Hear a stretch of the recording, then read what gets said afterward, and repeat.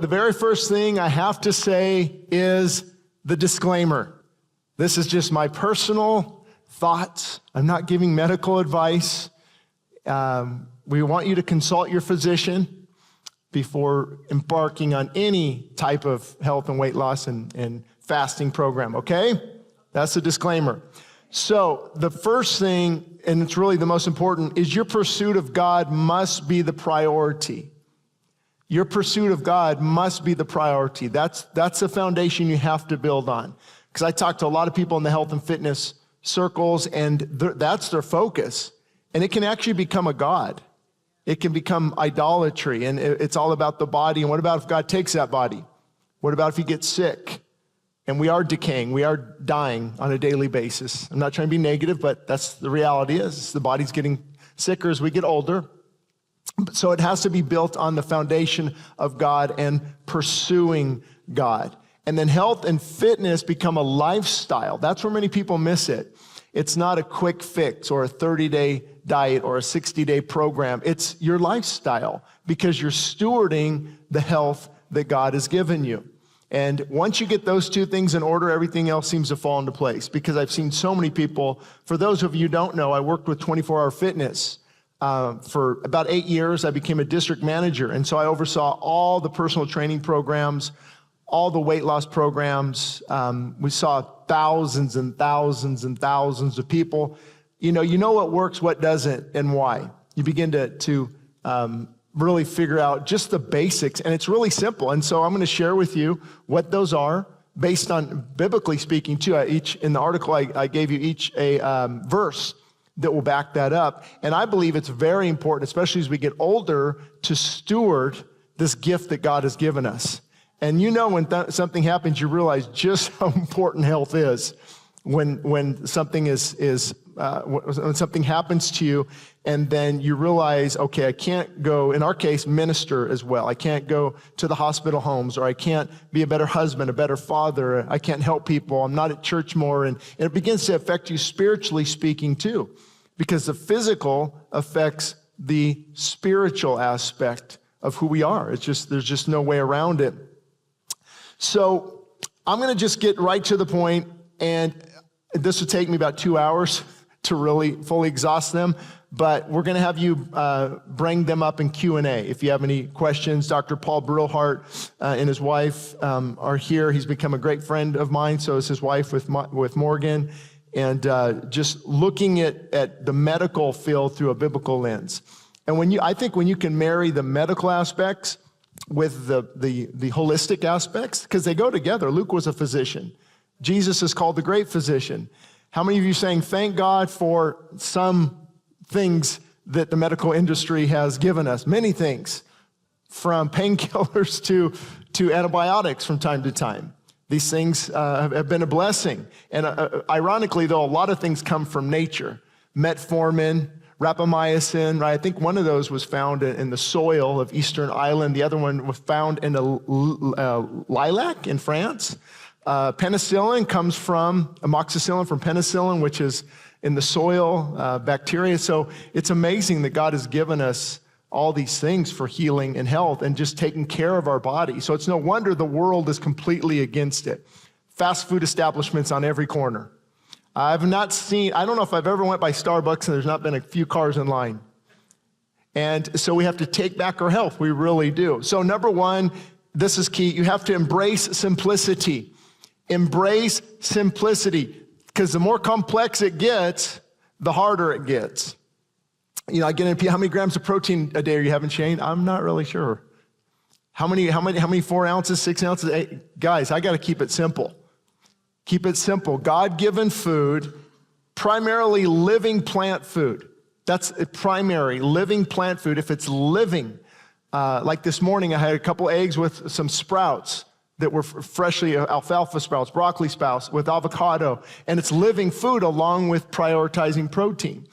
And there's this whole debate depending again on who you listen to. That's why you just got to read God's word. I mean, you look at the food he made, the protein in avocado, in nuts, in I believe spinach and kale have high amounts of protein. Obviously, you have to eat a lot of them. And just how God designed us. We can get into the whole debate, of course, plants were how we were created in Genesis, and then God allowed meat later. There's a lot of speculation on exactly why he did that, and we don't know exactly. But we do know that many people give up plant food for, let's say, high protein or carbs when they should be eating the plants, the living food, the salads and the cucumbers and I'm not going to get into all those things. You guys already know, but my point is you got to keep it simple. Keep it simple, prioritize protein, plant-based, and also remove the addictive strongholds. That's what takes most people down. Have you ever just stopped eating after 4? Ooh, it's tough. That's tough. The chocolate starts to call your name. The ice cream, the donuts, that's what gets us. It really does. If you could just stop eating, eat great, good food, and stop eating after 3 or 4, you'd lose quite a bit of weight. You'd feel a lot better too. Not to mention your insulin sensitivity at night when you sleep. You don't want your body really processing a big meal because it's digestion. It's hard to get enough sleep. So again, bring up your questions at the Q&A, but keep it simple. Avoid the diet debates and focus on healthy, God-given plant food to the best of your ability. The simpler the plan, the higher the success rate. That's why with even counting calories or the grams of protein, if you just stopped eating after 3, for example, you wouldn't have to count calories. You wouldn't have to worry about certain things. It's the addictive things that are bringing in the extra calories. And by the way, those are usually the complex carbohydrates, the refined, the food that's killing us is what we are addicted to. So number 1, keep it simple. Number 2 is embrace moderation. Embrace moderation. Okay, we're going to get a little controversial. You guys ready? And even in the Q&A, Dr. Paul can even critique some of this. He can offer his thoughts on this because there are different views on this, but I think from time to time we need to embrace moderation. There are seasons of feasting, there are seasons of fasting, and it's biblical. Moderation is actually biblical. Lots of verses, when you find some honey, eat just what you need, not what you want, not gorge it out. And it talks about moderation. So how does it apply to us? Well, we do have to consume lower calories from time to time. By the way, this is controversial too. I've seen it 1,000 times. I've experienced myself. I've read studies on it from the National Academy of Sports Medicine, different things. If you're consuming more energy than you're burning, you will store it. Because you see all these things popular right now. It doesn't matter how many calories you eat. Even if you do a ketogenic diet, you eat too much, it's going to store. Protein can be converted to glucose and then stored as fat. And so this whole thing, it doesn't matter how it does to some degree. However, insulin plays a big role in that as well. Because if your insulin's always spiked, right, then insulin is a fat storage hormone, but it's also a muscle synthesis hormone.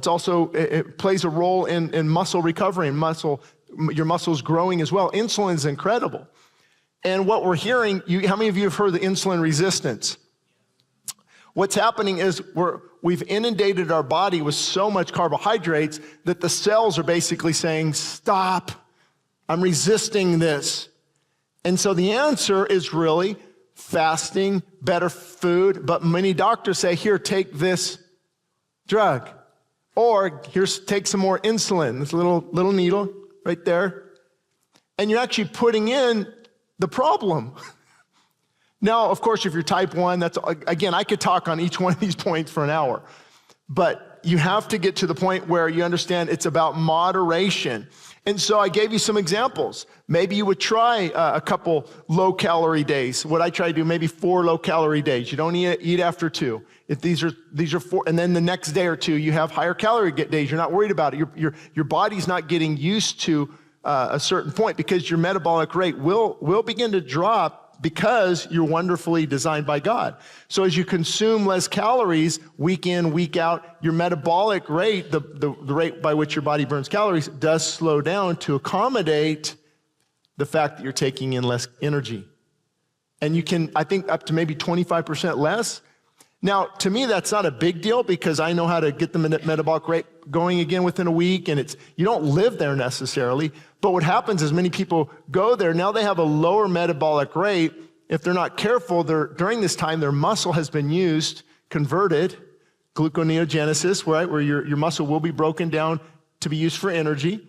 And then now you start eating normally again, usually if you're like me, eating too much, when you start eating again. And now your body says, here's those guys, I want that fat again. And now the yo-yo effect, now you weigh more and you can tell I'm flabbier. What happened? So we have to be strategic, but to not let people know, hey, moderation, energy plays a huge role, the law of thermodynamics. But they're also right when they say it's not about calories, it's about insulin, because that's true. I believe you could probably get away with more on a ketogenic diet because your body's in a state of ketosis and fat is being used as fuel. But you've got to know what you're doing. You got to be strategic. And I found for most people, this works well. High calorie days followed by low calorie days, maybe a week, maybe one day a week you fast. That's why it's taking it to the Lord is so important. Let him show you, have peace about it, but you have to do something. You have to be proactive. If you don't do anything, guess what? You won't see any change. So moderation, you have to be moderate. 80% of the battle is the amount of food, not exercise. How many of you were not aware of that? I think we all are, aren't we? Once I heard this example, it forever stuck with me. I'll go on let's say an hour walk, right? Of 500 calories I burned. Okay. On my way home, I stopped at the donut shop and I just eat 500. In 1 minute, I just evened out an hour's worth of work. And so you start to really, there's something to this. It's the intake and the food intake. Now, I think after exercise like that, a really good God-given meal would be good. That would be the time to actually probably have some carbohydrates to replenish what you burned. And I saw in the gym, how many people have you seen people, they just exercise 6 days a week and they never change? It's because the energy consumption is not in a deficit. And that's just the truth. I mean, most people will tell you, most trainers that have worked with people tell you, once I can get my clients down, but again, you can't live there. It can't be about counting calories for the rest of your life. You've got to have a strategic plan though. Moderation is key. Again, going to bed on an empty stomach has many health benefits. This has helped me many times. Or just stop eating. You'll find out how much in control King's stomach is. In control when you do that. And usually the reason you're wanting sugary things is your insulin levels have been elevated. I personally believe, this is another big debate out there, again, who you follow, that breakfast is a pretty important meal. Now, many people go longer in the morning because they want to keep that fasted state going, which is good. I'm not against that. But for me, I like to eat something healthy in the morning, high protein, and then it kind of sets the course for the rest of the day, and then have my last meal earlier in the day. And I often, through scripture, you see that God fed Elisha in the morning with ravens and in the evening. You know, you see, and he would bring manna in the morning. They would go and they would gather it. And so we don't know exactly, but you can see, I guarantee we're not designed to snack all day. Any snackers? No snackers in here, or are you just not being honest? One time I wrote down, I eat 8 times a day. If you grab, you're a couple hours later, you just grab some nuts. What's the big deal? There's 300 calories right there. And then I go and I get an hour later, a big thing of blueberries and maybe a beef jerky. It's like, I'm just constantly eating. And every time you eat, though, there is an insulin response. And so when they say insulin resistance, and really the problem with Alzheimer's, dementia, the heart disease, diabetes, they're finding that a lot of it has to do with the blood sugar levels and insulin resistance. For example, Dr. Paul can talk more about this too. I think they're finding that cholesterol wasn't the culprit they thought it was. Here's why. Let's say there's a fire here at this church, and the firemen show up, and they blame the firemen for the fire. Because that's cholesterol's job, is actually the high density, the LDL, the so-called bad cholesterol. The reason they're bad is they're on scene fixing the artery, where the good cholesterol removes the cholesterol back to the liver. So just because they're on scene doesn't mean they're the bad guy. I want to know what's creating that damage. And that's why they're thinking a lot of that is the inflammation from the processed foods and refined foods. I think just about every centenarian, do you know who those centenarians? They all have high cholesterol levels. Now, I'm not saying go eat bacon and ham and just use wisdom, take it to the Lord, but we have to, cholesterol is actually incredible. If you study cholesterol sometime, the health benefits are every cell in the body's affected. It's a delivery system for hormones. And so when you start to take, say, example, statins, which actually cause the liver to stop producing it, we're walking some really dangerous lines there. But again, take it to the Lord because there's so many different variables. Would I recommend a statin for certain people? Probably, right? You have to look at everything case by case. Number 3, all right, we're going to get controversial again. Embrace the fasted lifestyle. Don't get weird. Don't get weird about it like me. You don't have to get weird about it like me. That's my job to teach on it. But it's okay to tell your body no. The Jews would do it how many days a week?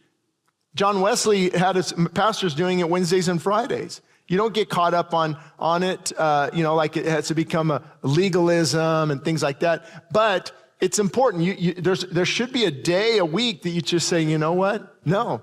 Or in the evenings. Because if you're not saying no, it's always telling you what to do. When we put the brakes on it, the flesh is controlling us. Okay, I'm going to leave here. I'm going to go buy Krispy Kreme. That sounds good with the big venti. And then after that, man, some yogurt sounds great. And then some In-N-Out burger. You got to get Chick-fil-A today because they're closed tomorrow. And if you think about it, all our fellowship events, pretty sure nobody's going to have nothing at the Super Bowl on the 8th. Anybody just having water on the Super Bowl? Probably. Right, so everything is focused and centered around food. And it's different if it's good food, but when it's the worst you can consume, the fasted lifestyle. It doesn't mean you fast all the time, doesn't mean you talk about it all the time, but it means like, okay, there's seasons where I'm telling King Stomach no, and I'm going to dethrone you.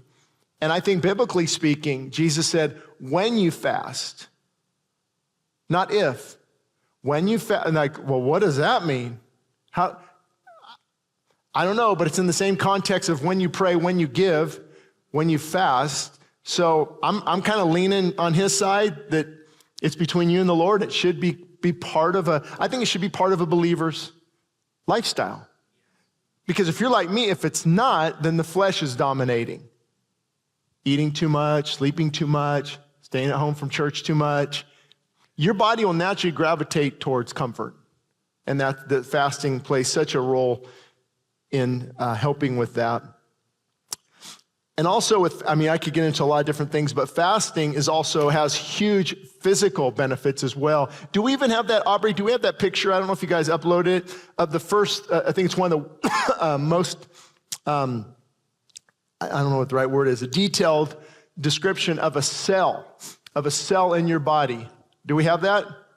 Working on it. Okay. Well, if we have it, pop it up if we do have it, and then I'll go into that. But with fasting, not only spiritual benefits, the spiritual benefits should be pursued. Starving King Stomach, drawing closer to the Lord. And I don't know how it works. I just know it works. If I'm constantly feeding, it's like I'm feeding the flesh too much. But fasting is feeding the spirit. See, you're feeding one way or the other. You're feeding the flesh or feeding the spirit when you're out of control and just consuming too much. Oh, that's going to be hard to see, though, with that other stuff on there. That is a human cell. Wow. Dr. Paul, you can't speak up, but anybody know what that football is? Mitochondria, the powerhouse of the cell. That's where they're thinking most disease. Even cancer is not genetic necessarily, it's metabolic. That's your human cell. Is that amazing? And I think that's a cell wall with things, and that's where the insulin is in signals and the layers and you can see they call it organelles and the different, it's just, if you study this, like one day I studied, it's so amazing. You can't even see this without a microscope. And this is God's design. And so that's where healing takes place, right there. The healing takes place in the cell. Thank you guys for getting that up. That's pretty cool. Once I saw that, I said, I have to share that because it's such an important thing. So again, ask your questions about fasting.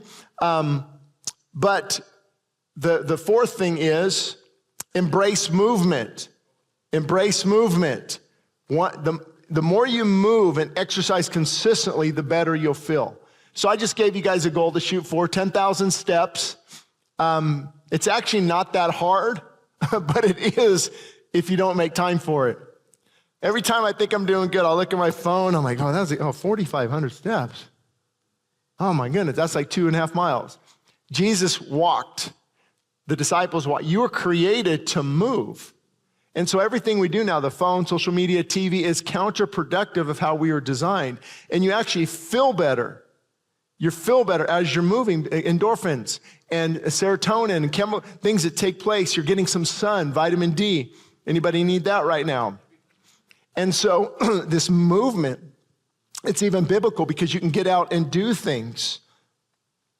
So work up to 10,000 steps a day. We can get into resistance training. Of course, I would recommend that. This will really help too. Look at everything you're questioning online. Red light therapy, cold plunge. We can just intermittent fasting, high intensity training, walking, juice fasting, dry fasting, water fasting, this biohack, this thing. Look at design. How were you designed? We were designed to pick up things and lift. High intensity interval training, right? It's quick stuff. It's quick stuff. You're keeping the heart rate. You were designed to do that. It doesn't have to be the only way. It can be one of many other ways. Bench press, just 2 push-ups at home, maybe on your knees. You got to do because you were designed to lift up your kids and move, or rocks. And if you look at design, a lot of these things, for example, cold plunge. Okay, if you want to jump into something cold, do it from time to time. It's not the answer. Red light therapy, yeah, it works, absolutely, but you don't have to spend $3,000 on a thing you lay in. If you don't have the money, get some sun, how God created us. So when you go online, on Instagram, have you ever bought stuff on Instagram from their ads, just me? No? Oh, good for you guys. Okay, YouTube then. All right, YouTube, the older crowd. So, because we think this will help, and these things can help, but nothing is the answer. People even think all the supplements that are online, maybe we'll touch base about that. I've really cut back on my supplements a lot, but some things can really help, but also they're not the answer. Man, I just took this shot of fiber and I lost 10 pounds and this is the answer. Well, if you make no other changes, and then people get frustrated. They don't feel like they thought they'd be on a drug and feeling just great all the time. To feel great, it took you a while to get in this situation. It's going to take you a while to get out. It takes time at that cellular level. Things are changing. Things are adapting. You're withdrawing. Your body's reacting. It's removing toxins. So it's a process. I now look at things when it's difficult as a good thing, because it's what the body needs to cleanse and to heal. So you have to get moving somehow. Sometimes, let's say at the mall, I'll park way down past the Sears, and I'll go all the way, walking around the mall, go do all my errands. I get 2.5 miles just at the mall, but running an errand. Same with if I have to go to Sprouts, Lowe's, I'll walk around up at the aqueduct. You got to be strategic to get the steps in. At least movement. And I could get into all the different scientific reports on exercise. It's actually so powerful that they would take, they would even take somebody who's kind of overweight and smokes. If they exercise, they have a better chance towards longevity than the person who doesn't exercise and is in normal shape, in normal weight, because it plays that much of a role. And again, if you guys have questions about Ozempic and the big pushes right now, I know Dr. Paul will be anxious to answer those. I would love to as well. But you have to embrace movement. And number 5 is key. They're finding right now, the last 10 years or so, I'd say there's been a big push. When I was growing up, you thought it was cool that you didn't sleep that much. Right? Hardworking guy. Man, I only get 4 hours of sleep at night. I only get 5 hours of sleep. Like, it's almost no big deal. It's kind of in our way. because maybe it was just me, in my 20s, even sleep was in my way. Now we know that it's a restorative and rejuvenating and correcting thing that God has given us. This is when the body rests. If you don't eat right before you go to bed, your body can really heal. Things that are increased during that time: brain-derived neurotropic factor, cleaning the brain, autophagy taking place, cleaning the cells, and you should wake up refreshed. The problem is many people don't get into that deep REM sleep. They've got all the stimulus right on the TV, maybe too much caffeine right before they went to bed. And I love people say, oh, I'll fall asleep right away with caffeine. That's fatigue. That's not deep sleep. Deep sleep happens when your body's not being stimulated. So you can still fall asleep, but are you getting that deep recovery, that REM sleep? That's where recovery takes place. And believe me, I've been on both sides. You can wake up, you can look at the clock, it's 4:30, and I feel pretty good. I don't need my Christian crack this morning. That didn't kick in yet? Okay. That one didn't fly over too well. That went over like a keg at an AA meeting. But you have to embrace sleep. Again, these are my tips. Avoid caffeine after 10. Obviously, alcohol is terrible for sleep, electronics. And you have to look at sleep as something in your arsenal. This is where recovery takes place. This is where you can really redo a lot of the damage that was done. And then number 6, embrace discipline. Embrace discipline. Yes. Discipline is in the Bible. It's very important. We either experience the pain of discipline or the pain of regret. Discipline is hard for all of us, but it's critical for success. So begin by praying for strength and applying God's word. Here's a great thing about discipline and willpower. It's not like you're always, grin and bearing it and just getting it through. You begin to form habits. So once fast food was so tough for me, 25 years ago, now it's not even on the radar. It doesn't take any discipline to avoid it because I actually don't crave it. I'm just God is my witness. I craved what I told you this morning: avocado, eggs, sprouts with a little dressing. Like, I'm looking forward to that, not a big burger that's going to make me feel like garbage, because your body changes. Now there's other things that chocolate, peanut butter, right? We all have our little vices. Thank you, Matthias, for that word. But and they're fine, I think. Even dark chocolate has benefits. And so not getting so caught up in it, but discipline is so important because your feelings are like weather. You don't cancel your life because the weather is bad. And you have to remember that about feelings. There's never a right time for hard things. Successful people are not always motivated and fired up. I don't have these points because I just recently put them in my notes. Comfort is expensive. Discipline and willpower are the body's ability to get out of the comfort zone. And here's the good thing: you begin to feel better.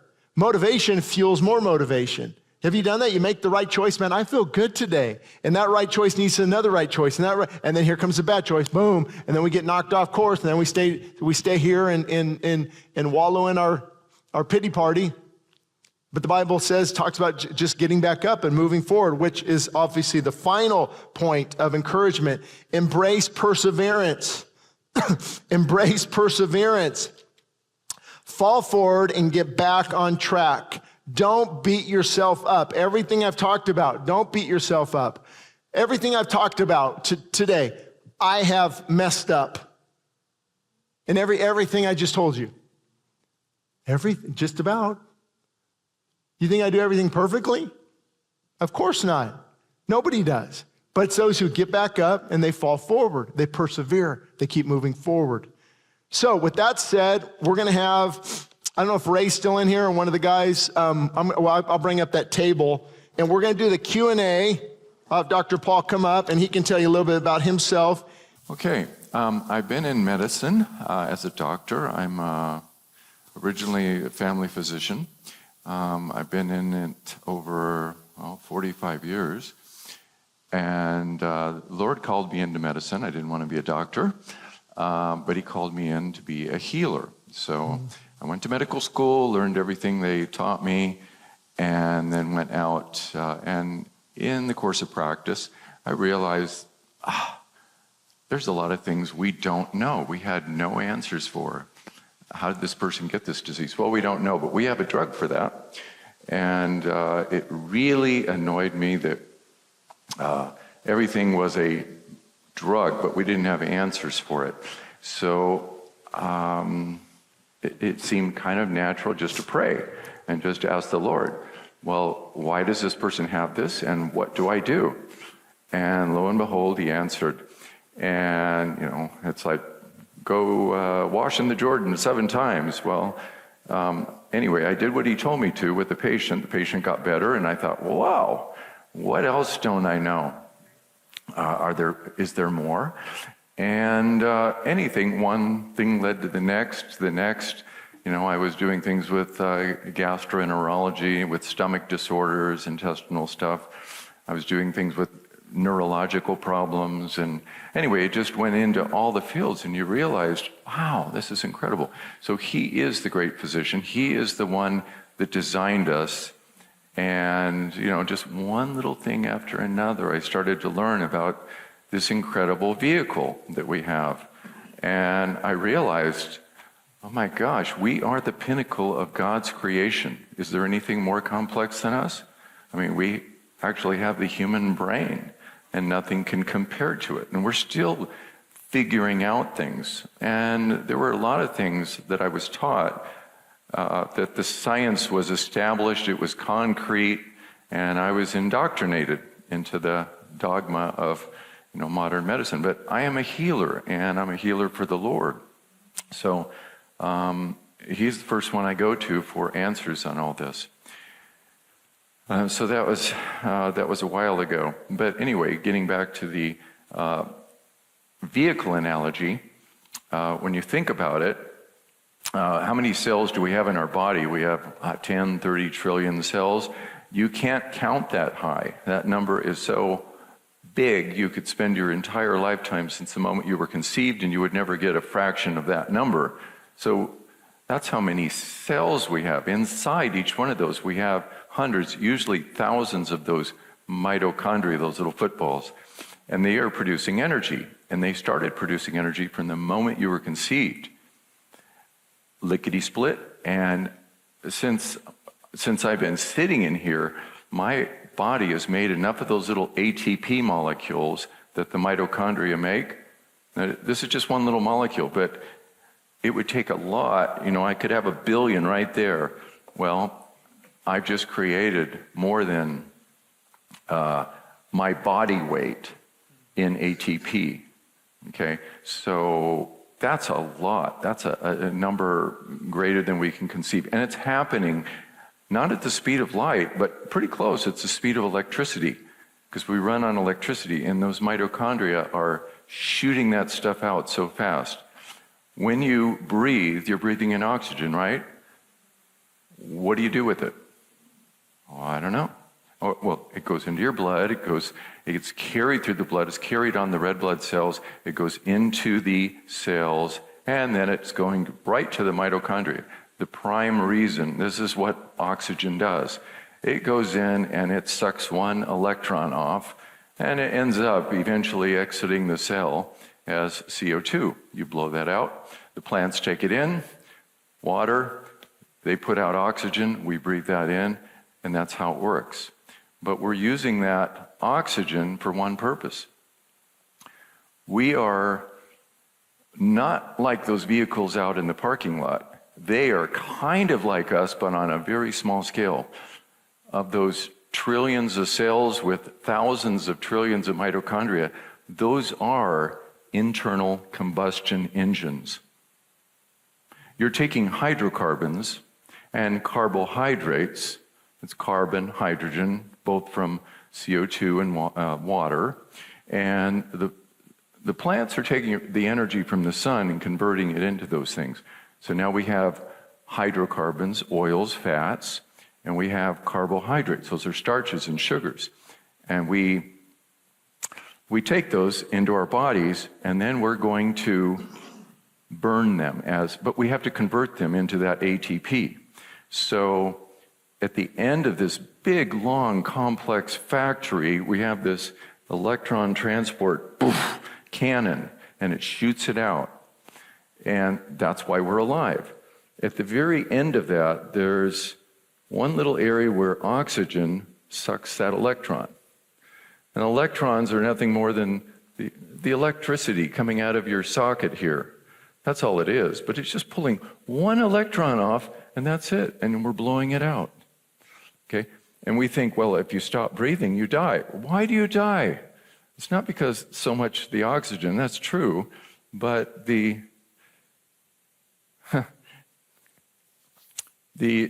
oxygen is a reflection of the ATP. So if the ATP stops, you're dead. Okay? That's it. And that's the point, is all of those mitochondria, those thousands of trillions, okay, that is our life.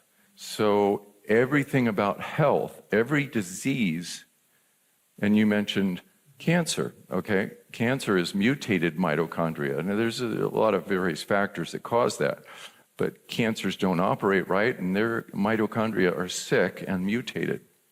They don't process energy in the same way as other cells. But every disease, just about 90-something%, is due to mitochondrial dysfunction. Okay, so my focus is on trying to get mitochondria healthy. Okay, and that's what I do. Now, everything you were talking about, that actually does have to do with mitochondrial dysfunction in one way or another, or I would say optimization of mitochondria. So we want to put out healthy energy. But everything we do in our society out here is we make mitochondria sick. So mitochondrial dysfunction, if you're talking about diabetes, that's mitochondrial dysfunction. Hypertension, it's mitochondrial dysfunction. Arterial sclerosis, mitochondrial dysfunction. Alzheimer's dementia, Parkinsonism, that's a unique form of mitochondrial dysfunction. It's all dealing with that. So if we can get the mitochondria to heal and come into wholeness, we can bring people back to health. We can allow their bodies to heal. And that was a new concept because I wasn't taught nutrition in medical school. So as I was going along, as I mentioned, I was learning more and more about using just natural means to heal the body. And I thought, wow, they never taught us that. But they did teach us in my first month of medical school that probably 80% of everything we're teaching you is going to be found out to be wrong during your career. And well, just teach us the stuff you know. They go, well, that's the problem. We don't know what is absolute and not. So we're just going to teach you what we think is the truth. So that's where we... Also, not to interrupt, but they're about 20 years behind the curve. Like they're teaching things from 20 years ago. So, yeah, our son he graduated last year from medical school, and as he's going through, he's going, Dad, they're 20 years behind. He said, they don't know what they don't know, okay? And he says, you can't question them and you can't bring up anything, but a lot of the data, we already have studies showing, well, that was 20 years ago. This isn't the case now. So anyway, I became a healer, became a nutritionist by default, just because that's what it's all about. It's just about healing the body. Mm-hmm. And you can do that without having to rely on medication. Amen. Okay. All right, does that make sense now? And reminder, we have the vendors out there that you need to stop by and talk to them on your way out. And it's the medical field. Again, we love physicians. We have physicians go here, nurses, but they're not taught, many of them are not taught what's creating the problem. High blood pressure, here's a pill. Well, what's causing the high blood pressure? Shouldn't we start there? It's funny, just this couple days ago, I went to my normal physician here in town just to do my blood work. It just reminded me of the 1980s or 90s, because you had me order this full panel, and it's got particle size. He's like, I don't know why they do that. I don't think that matters. So I had to tell him, no, they're actually finding that the particle size is what determines what binds to the plaque, what causes the plaque. So he didn't know. He didn't know why the particle size was on the blood test. Do you want to talk about that? We could, sure, yeah, LP little a or, well, let's take the first question, then it should go into that. Okay. Actually, I have two questions. The first question is lutein good for eye health, or is there a natural alternative to lutein? You mean leucine, amino acid? Lutein, yeah. Yes, it is. And that's usually people are asking about macular degeneration and trying to prevent that. But there's astaxanthin and zeaxanthin and lutein, and there's a number of antioxidants. There's a lot of research. Are you asking about macular degeneration prevention? No, the last time I had my eyes checked, they recommended that because I have a floater in my eye. Okay, so yeah, floaters. Floaters are very. They don't have anything really substantial to offer for floaters. Okay, they're just going. Well, they're just there. The only thing I've seen, and I haven't used it myself for specifically for a patient.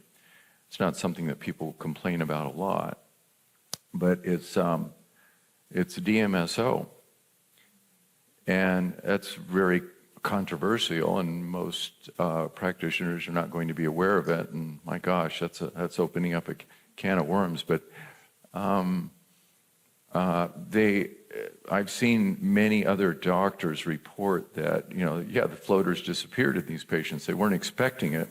They were using it for something else, but their floaters disappeared. And the same thing is true for macular degeneration with the DMSO, improving eyesight and improving overall eye ophthalmological function. But have you heard of that? Okay. Thanks, I'm familiar with that. Yeah, yes. So the lutein is very good. I don't know about for treating floaters, but it's very good for the retina and improving the function there. Just anybody else? You can put up your hand. Luis can find you. Matthias. Oh, let's go right here first, and then go over to Matthias. I just want to know what DMSO. Oh, dimethyl sulfoxide. It's a very simple molecule. It's derived from certain trees, and it's purified, and it's been around for many decades. And the first time I heard about it was in 1969, when I was running track in high school, and these guys were talking about using this. Well, they use it on horses. It's a horse liniment, and I go, wow, that's crazy. But it was for inflammation. And they would tell me how you just put it on and you can actually taste it. Okay, you put it on your heel and you taste it 5 minutes later. It really absorbs quickly, so it can be used as a solvent. But at that time, I remember hearing about this from the FDA, and they said, "Oh, this is dangerous stuff, and it causes blindness in rabbits." None of that was true. And it was really sad. You can Google this and look up. I think it was 1980. It was 60 Minutes with Mike Wallace, and he was kind of doing a little expose and interviewing all these people. Incredible cases where DMSO was used for a lot of things, including cancer, neurological conditions, and he had the FDA guy on there and saying, well, it doesn't look like there's any safety issues at all. And he had to admit, it looks pretty safe. And my gosh, it's really effective. So how come you can't approve this? Well, the only type of evidence that we will accept are double-blind, randomized, controlled placebo studies, and we're not going to approve anything. So you could have 10,000 case reports. Doesn't matter. That's not what qualifies. Mm-hmm. So who's going to do this? Who's going to fund, to get something approved that is generic? You can't patent it. And so no one's going to do that. The only people that have money to do that is Big Pharma. Okay? But they're not going to do it because they wouldn't make any money off of it. And so it's basically, we'll just kind of like suppress all that information, and we'll just say it's not true. And so that's what DMSO was. Now, if you go to the store and you see something like glucosamine chondroitinins for joint support, sometimes you see it with MSM. Well, actually, that is a metabolite directly from DMSO. MSM has this much potency, DMSO like this, okay? So there's oxidation reduction. If you take DMSO, you go this way, you get MSM. If you go this way, you get DSM. And anyway, they're both metabolites, and they both have some function. But the DMSO is very, very potent. It's an anti-inflammatory, and it can be used as a vehicle. Now, Big Pharma does use it, but you'd never know that. Sometimes they use it with some of their products, and they put it in to help as a vehicle. Because if you took something, if you took DMSO, say, orally, and at the same time took something else, you could get rapid absorption. Poof! It just shoots it really high, so you have to be careful. If you have anything on your skin and you put it on your skin over that, whatever is on your skin goes right in. It's pretty remarkable. But as far as safety, I've never seen problems with this. Now, back, I remember maybe 35 years ago, okay, well, the FDA had approved it for interstitial cystitis. What's that? It's inflammation of the lining of the bladder, it's usually in women, and it was very effective. And so here I was putting a catheter in and infusing this massive amounts of DMSO, not just a little bit, you know, like you'd put on your heel. This is a massive amount. The FDA is saying, well, that's safe because it's in the bladder. It's throughout every cell in their body within minutes. It was a massive amount. And I'd leave it in there for like 30 minutes and have them, you know, evacuate that. But they wouldn't approve it for anything else. At the time, they didn't have anything else for interstitial cystitis, by the way. Big Pharma came later with drugs that they would use. But it's funny how DMSO just kind of fell to the wayside. Did it work? Yes, it did. Okay. But it has a lot of applications. I think that's enough. Yeah, that's good. Good. Well answered on that one, huh? Okay, Matthias. Yeah, my question is regarding omega-6 fats. I need your opinion on omega-6 fat, and good or bad or indifferent. I heard that it's harder to digest, and if so, what foods should we avoid that contain omega-6? Okay, great question. Omega-6, okay, we have a number of different types of fatty acids in our body. Our bodies are made of a lot of fats. So omega-6s, those are basically your vegetable oils for the most part. They're called also seed oils. But we actually do need them in our body. We need a balance of omega-6s and omega-3s. Omega-3s, think of fish oil, think of flaxseed oil, think of walnuts, chia seeds. Different things might have some omega-3 in them, but we use them for different things. The omega-6s do not burn well. You're absolutely right. They don't. They're not really good fuels. Okay, but we're supposed to have a 1-to-1 to 2-to-1 ratio of omega-6s to 3s in the body. The American diet, now these are stats from 20 years ago. The American diet ratio is not 1-to-1, 2-to-1, it's 13-to-1 to 45-to-1. Okay? Because of all the seed oils? Yeah. That was 20 years ago. It did not get better. Okay? Now, the point is, in that, the omega-6s get fed into this funnel at the top of this thing called arachidonic acid pathway, okay? And I'll explain what that is. Okay, so you have step, step, step, step, step, step. Oh, and all of these are mediated through enzymes. There's one enzyme here, it's called cyclooxygenase. Okay, now you're going to get this connection in a second. But at the bottom of this are these little prostaglandins. They're like mini hormones that mediate information throughout your body. And these prostaglandins, this one is thromboxane. Sounds like thrombosis? Well, it makes your platelets sticky. This one, PGE1, PGE2, there's a number of them. This one is cellular proliferation. You don't want a lot of cellular proliferation. You want some, but not a lot. So now getting back to this enzyme, cyclooxygenase, what inhibits that? Aspirin, ibuprofen, Motrin, Advil, naproxen, Aleve, diclofenac, Voltaren, meloxicam, Mobic. Anyway, there's a number of other ones, but those are COX inhibitors. Okay, so they block this.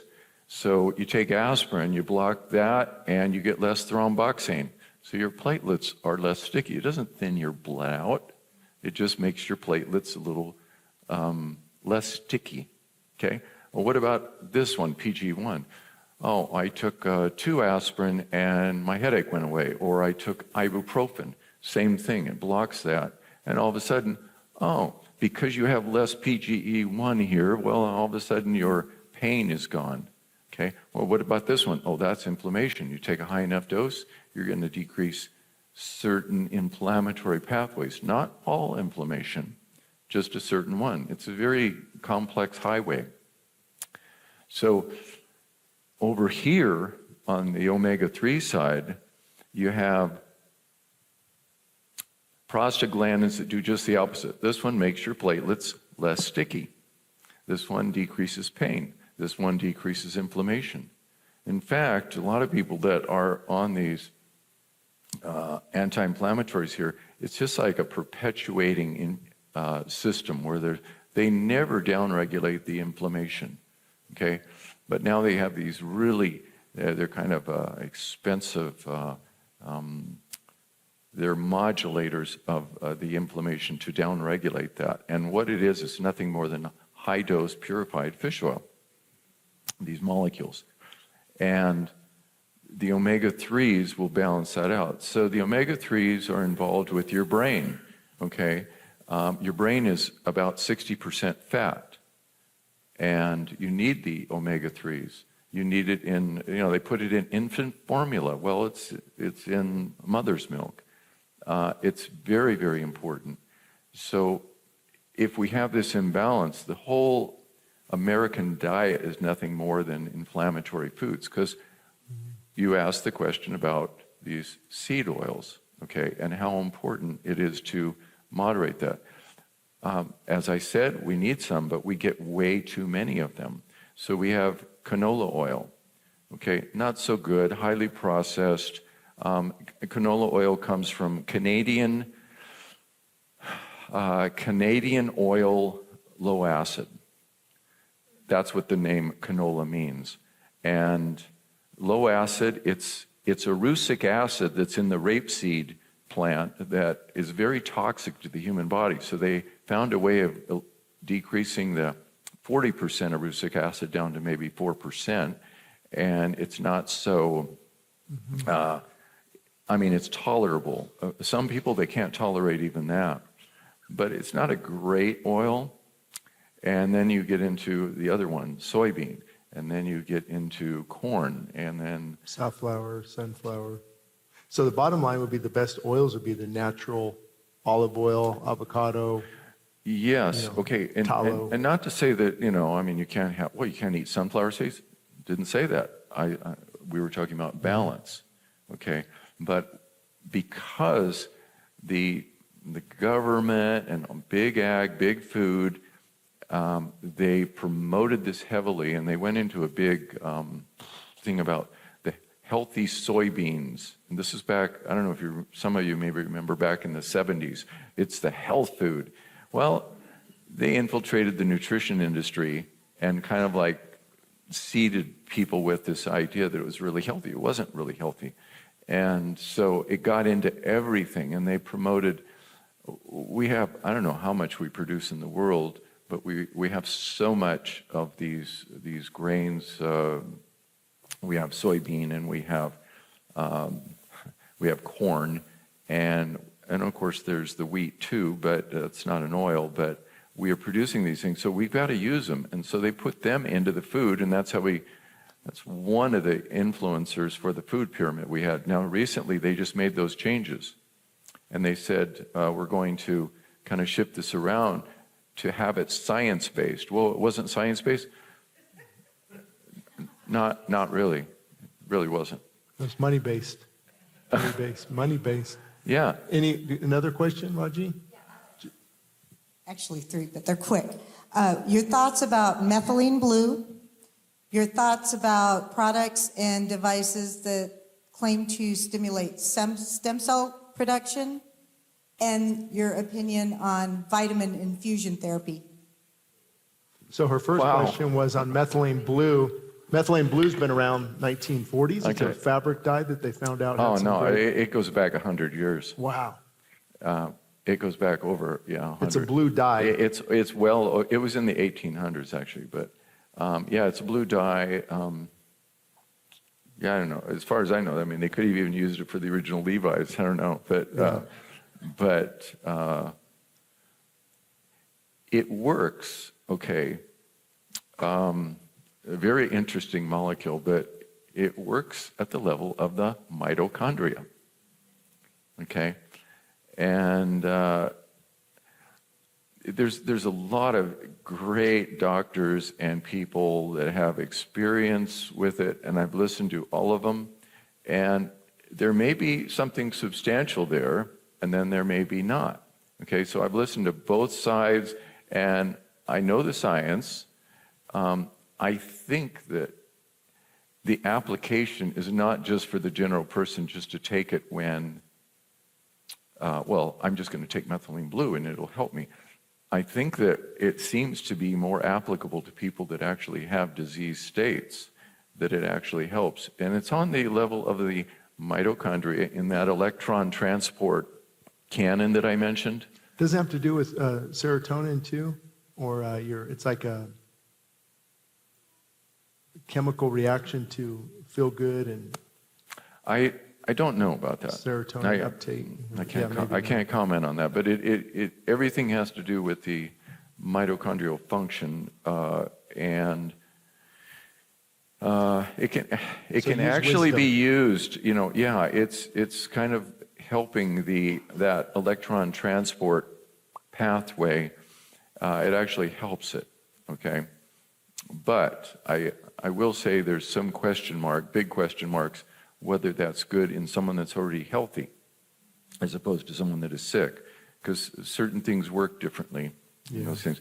To finish your question on the omega-6, I wanted one last point on that. Is it a good fuel? No, it's not a good fuel. And where are all the fuels burned? They're burned in the mitochondria. Okay? Now, that's where the glucose goes in. Those are the carbohydrates. And then you have the hydrocarbons, the fats. Well, they come in the carnitine fatty acid shuttle, and it shuttles them into the mitochondria. And they're burned in a different pathway system. They don't burn well. That's the point. The linoleic acid molecules, that's the omega-6s for the most part, they don't burn well inside the mitochondria. And they produce these molecules called oxalams, oxidative linoleic acid metabolites. So we call them oxalams. And they damage the inside of this delicate factory. Okay, so you're putting really bad fuel into your vehicle out there. Okay, you don't want to do that. You want to put good fuel into your vehicle. If you put bad fuel in, you'll know that, oh my gosh, this whole thing is gumming up. I've got carbonized, valves. Everything is not working good. That's what those do. They gum up the system, and they actually increase your risk of something called insulin resistance. Okay, when you have glucose coming in the front door, and the cell is just trying to like, whoa, wait a minute, whoa, way too much glucose all the time. We're going to try and shut that door and keep that insulin guy from opening the door. And if we can do that, then we'll have less glucose coming in that's damaging us. And what's the cell trying to do with the extra glucose that insulin is throwing in?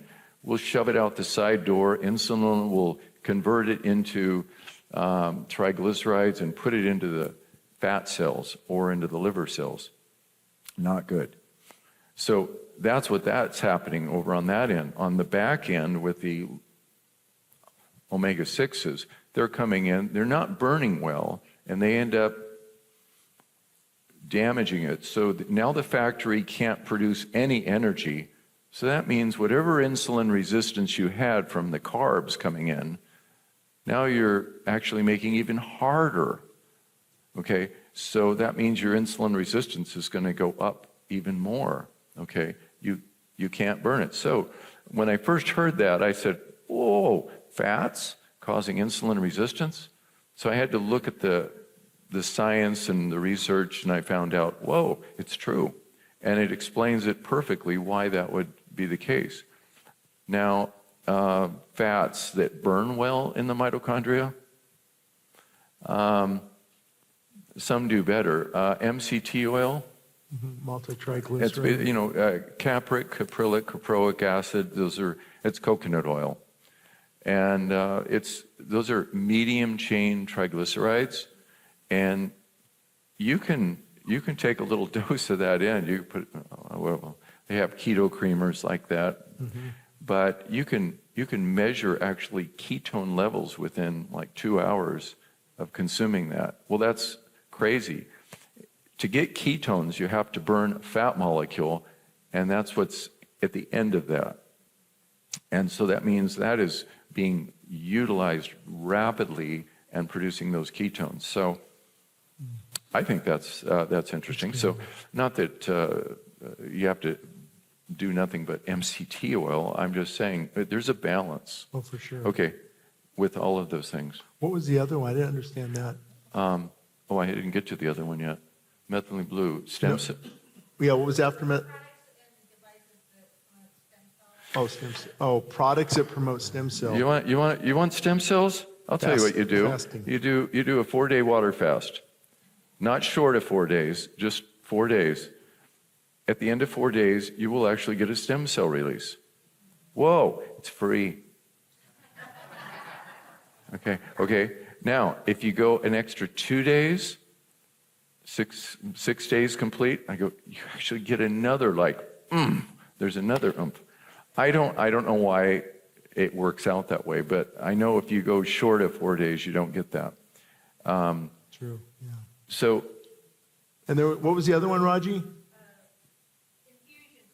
Vitamin infusion, like if somebody like a vitamin C therapy, like high doses of. Okay, so sure.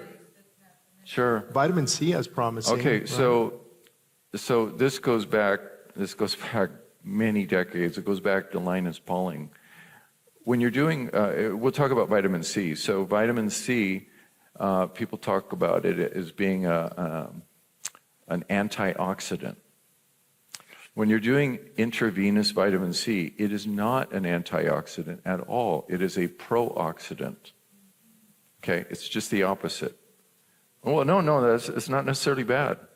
Okay, it has incredible effects for treating a lot of different diseases, and in fact, just because of what has transpired in the last few years,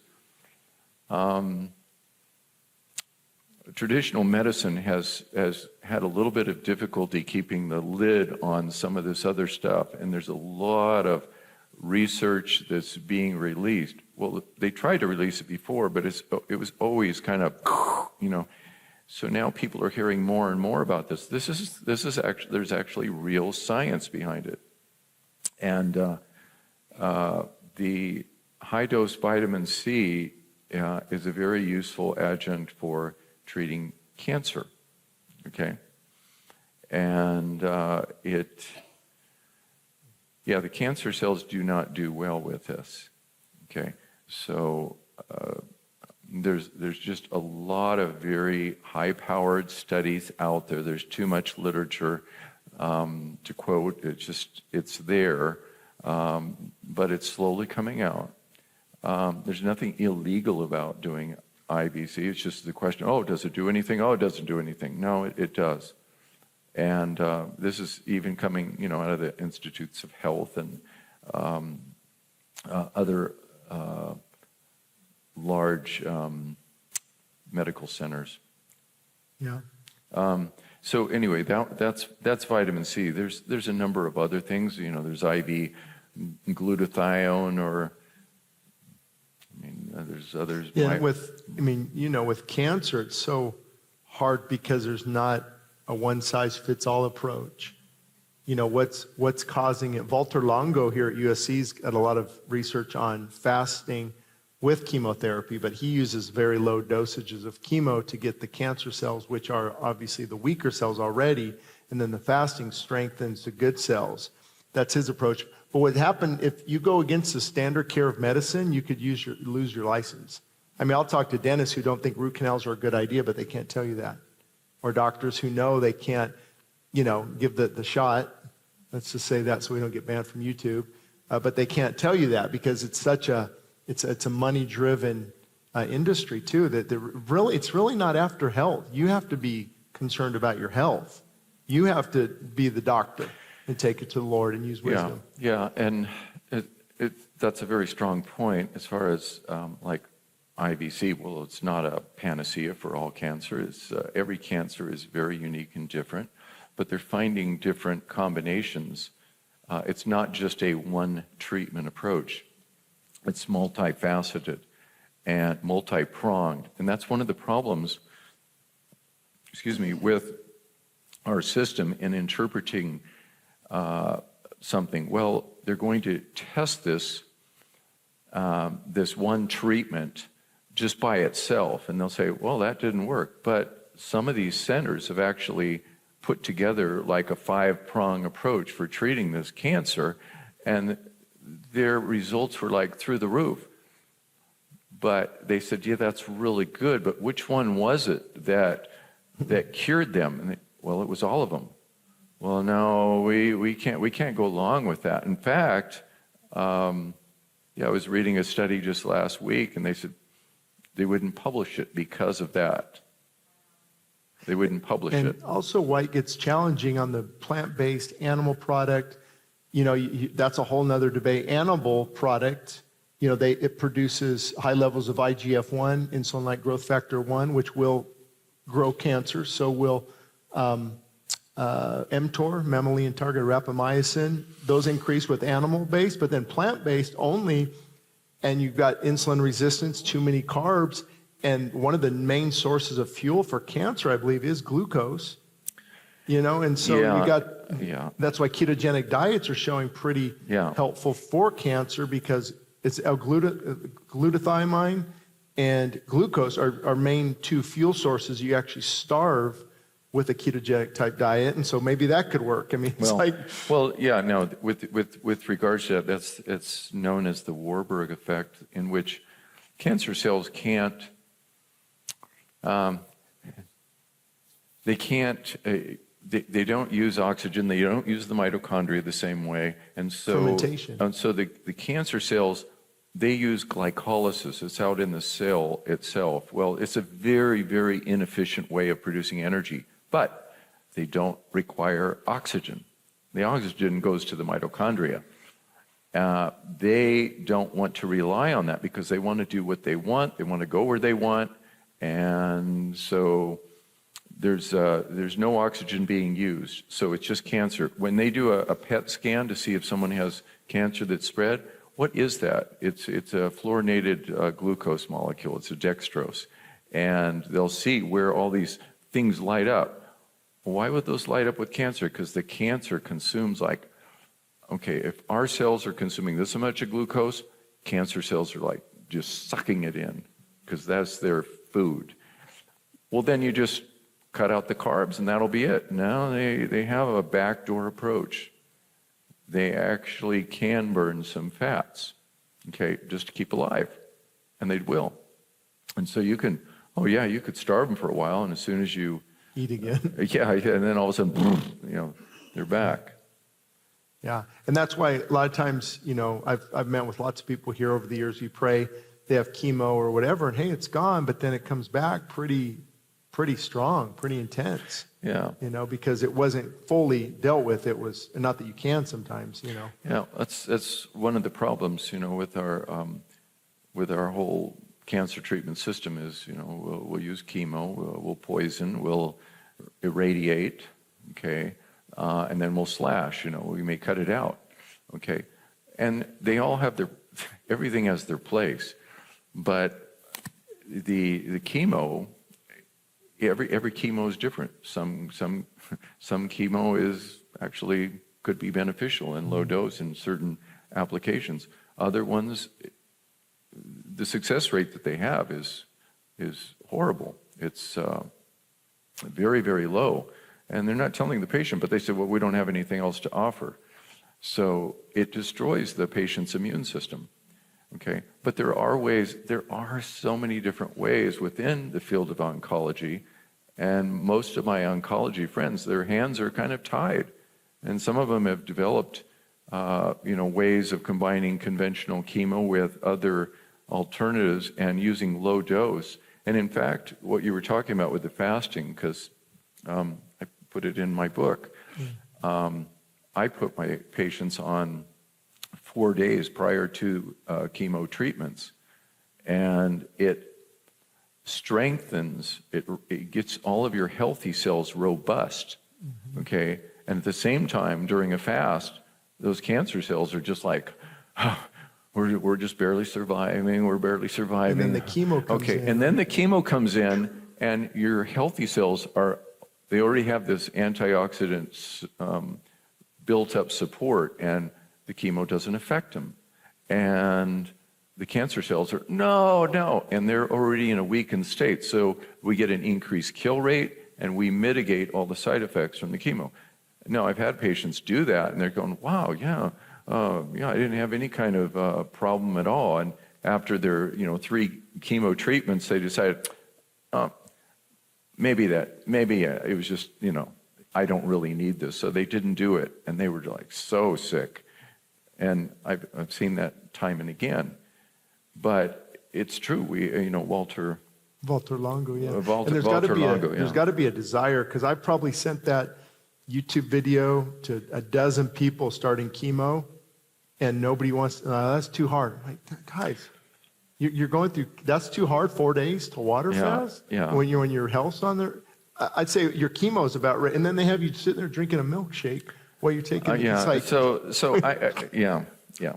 hospital food, don't get me started. No, but I have talked with oncologists about their patient. I said, look, have you heard about this? Yeah, I've heard about that, but I don't know anything about fasting or how to do it. And I go, I'll take care of that. You take care of your side. And I said, I just want you to know what I'm doing with the patient. Oh, okay. But it kind of scares them because, oh my gosh, if you put anyone on a fast and they've got cancer, they're going to lose weight and all this. And I go, no, they're not going to lose any weight. Not at all. Okay. And so if you do it appropriately, yeah, there are centers that, and I read what Walter Longo had done with some of these places, but most of them, they want nothing to do with it. Besides, it's outside the box. It may affect their bottom line, and that's why they don't. So We can't have healthy patients. Was there one back here? What? Oh, next. Okay. Your thoughts on peptide therapy? Okay. What type? BP 157, 5-amino-1-MQ, tesamorelin. Obviously, we can go way down the list. All Well, right. let me set it up for you, and then I'll Yeah. give you. Peptides are just strands of amino acids, small strands of amino acids. Some peptides will go for recovery, some will go for muscle building, some will go for heart health. So they've isolated this 5-amino-1-MQ, for example, blocks a fat molecule from, basically it helps with fat loss. GLP-1, the glucagon-like peptide Ozempic, that's actually a peptide. Tesamorelin, That's an injection where those are for muscle. It's almost like mimicking testosterone. And so that's what they are. They're small strands of amino acids that have specific functions. But beyond the long-term effects, I don't know if we know enough, but it's over to you. Yeah, they're kind of like many little hormones in some sense. And Yeah. you mentioned, the GLP-1 agents like Ozempic and Mounjaro, and there's a number of those. But they found out, wow, we can manufacture these little peptides, and we can get all these specific effects. And there are some great uses. I mean, some of the anabolic type injections for, say, after a surgery or something like that, and healing someone's shoulder. Okay, yeah, there's application for that. My concern is that we don't have a track record with these. It's not long term. And so we find out later what these downstream effects are. And patients thinking, well, they didn't tell me this. Well, they didn't know, and they really didn't want to find anything early on because the whole thing was about, profitability. So we don't know what the downstream effects are.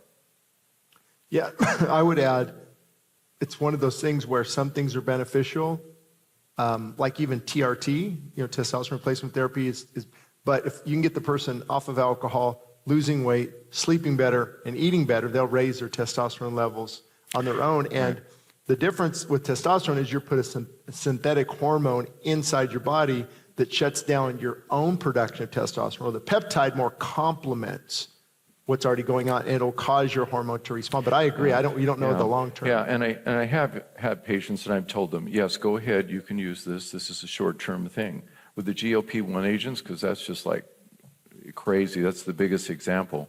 So we have, I don't know, Ozempic this, Ozempic that, Ozempic that. I mean, Ozempic backside, Ozempic, chin, or Ozempic, whatever. Yeah. Everyone's falling in their weight, and that's the only thing they're concerned about. So I tell people, look, I will get you off of those. I will tell you how to eat properly, because the idea that it's ludicrous to think, well, that's the only way you can lose weight. Yeah. Okay. Oh, and it's just simple. It just makes you lose weight. No, it just. And then you're stuck with your it. appetite is down, and you're not good. Well, okay. I mean, I'm simplifying things, but it slows your gastric emptying down. It is going to affect your appetite. If the stomach is emptying slower, think about it. The food is coming into the intestines slower. The energy is going into your bloodstream slower, not spiking. That's how it controls diabetes, okay, is that you're not taking in as many calories, but again, everything is slower. The gastric emptying is slower. But what if the person had permanent gastric paralysis? It actually does happen. Mm-hmm. It's one of the side effects. gastroparesis. I've probably had 4 patients hospitalized. I wasn't controlling them at the time, but some of them I was, but they just decided to go against my advice, and they were going to double the dose because they want to lose weight faster. Okay, well, no, it didn't work that way. In fact, after 5 days of puking, they ended up, admitted for 2 weeks intravenous therapy in the hospital trying to recover. Well, that's pretty sad, but they almost died. And I think I had about 4 patients. One had, their whole digestive tract shut down. So anyway, you don't know how the peptide's going to respond. And just so everyone knows, maybe you don't know, Ozempic it's called a GLP-1. There's GLP-2 as well. It has a different function. GLP-1 is a glucagon-like peptide. So it mimics the effects of glucagon, which it slows, you're not as hungry. When that's high, you're not as hungry. So it just doesn't make you hungry. But then you could get into, are you getting enough nutrients? Protein. Your muscle starts to be, Right. you lose muscle. And then you got to stay on this for from here on out. Right now, so the people get on this, and they had a pitifully poor diet when they started. Yeah. Okay, it's really bad. Okay, and it's maybe borderline on the amount of protein that they really need because they don't pay any attention. They're just eating. So they start the Ozempic or whatever, whichever one you're on, and now they're just eating less of the pitifully poor diet. And 40% of their weight loss was due to protein loss. So back in the it was back in the 80s, I was putting people on protein-sparing modified fast. So the women would get a minimum amount of protein, and the men had a certain amount, because I said, I do not want you to lose any muscle. I want you just to burn fat. So I would make sure they had that amount. They had other nutrients and stuff they were taking in, but again, with these people out there, no one's giving them advice, and the doctors don't know anything about nutrition for the most part. And I will ask countless patients about that, and they'll say, same answer, well, no one ever gave me any advice. Some of them are getting it through proper settings, and at least they're being told what they should eat. I would say if you're going to do that, well, you better be in with a nutritionist, dietitian to give you proper, and the goal is to get you off of this in the future. I tell them that, okay, I'm going to teach you how to slow your stomach down naturally. And number one, you're going to get off your sugar addiction. That's what's Okay, causing it, and yeah. take advantage of this. You're going to get off of that. I'm going to make sure you're taking in adequate protein. I'm going to have you eating nutrient-dense foods. It's mostly vegetables, okay? Vegetables and fruits. Well, fruits have sugar. Now, everything in balance. You can get into extremes. So I say you're going to eat nutrient-dense foods. The stomach, with all those above-ground vegetables, as opposed to below-ground, potatoes, sweet potatoes, onions, carrots, beets, okay, those are all starchy type. They're not bad. It's just that we're trying to get the nutrient-dense foods up here that have a lot of fiber. And the fiber serves a number of things, but it will fill your stomach up, and the stomach does slow down its emptying. And the fiber is not just roughage. The fiber, once it gets down below, is going to feed your microbiome. Mm-hmm. That's the biggest thing it does. But it's slowing things down. The second thing is the protein that we were focusing in on. And if you have adequate protein, the stomach, it produces hydrochloric acid. Okay, what a concept. Why is the stomach producing hydrochloric acid? Because it's a pre-digestive pouch. It's there for a reason. So the stomach basically says, hold up, no one leaves. You guys came in with this protein load. I am going to pre-digest it, and we're going to slow things down. So the stomach is emptying at a slower rate, okay? And it produces, there's some other things, pepsin, but for example. But as those two things help you with slowing down the evacuation of your stomach there, you're going to be able to control your weight better. Your glucose is not going to be spiking. It's going to go in like this. Mm-hmm. And It's funny, all the synthetic, or I call it engineered foods, man-made foods, they're the ones causing all the damage. I mean, Dr. Joel Furman, Esselstyn, Caldwell, they've done incredible. Like, you can almost eat as much as you want, certain foods, like big salads. And I've tried it. It's like 700 calories. I'm so full, I can't even finish the thing. You eat as much of that if you want, and you'll really lose weight because your body can't, it's already full. It's when we have the things that have 1,200 calories and we're still hungry. those are nutrient dense but low caloric. Low caloric, yeah. Nutrient dense, low caloric. Luis, is there another one? Yeah, we have another question over here.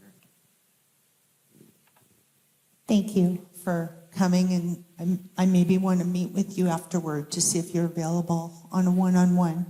I have a granddaughter. Her name is Gracie. She's 2. She's been diagnosed by bone biopsy with Pearson's syndrome. I don't know if you're familiar with it. Life expectancy of 4. I'm not receiving that. She's had multiple blood transfusions about every 8 weeks because her body destroys the whatever iron. She had a blood transfusion at 5 days old. They've backed off with the blood transfusions, but she's had a myriad of problems. In 2020, a panic injection was taken by Mama. And I want to know, is this really hereditary, or is this mitochondria thing due to the panic response? And what can we do to help her? She has low appetite. She takes an appetite enhancer. Yeah. How old is she? 2. 2, yeah. We're going to have to answer that question afterwards, okay? There's But so many variables. every disease, even these genetic diseases, they always end up going back to the mitochondria, because if a cell, whatever the cell is, if it doesn't have enough energy to fulfill its daily task, okay, it can't fulfill those if it doesn't have enough energy. But anyway, there's so many variations on that. I'm not going to answer the question right now, but it does always fall back to that. Yeah. Don, we should pray for her too. Keep praying in the prayer room. Yeah. No, I know. I agree. That's we pray. We're going to pray afterwards too. There are always options, answers, and I tell my patients, I go, even if we don't know right now, I said, well, gosh, I'm going to pray, and we're going to get an answer. It might come tomorrow, it might come next month or whatever, but we will pray and we'll find out. Okay, ultimately, she's in His hands. Waiting on the Lord, yeah. I think. Hi. Okay. I'm going on a trip in 2 weeks to Israel, and there's a lot of walking, and I have bad knees. I've had knee repair in the left, and I'm going in for a cortisone shot to reduce the swelling and to increase movement, hopefully so that I can navigate the trip.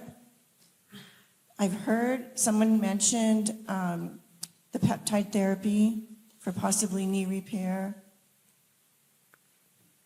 Doctors mentioned surgery, like a total knee replacement.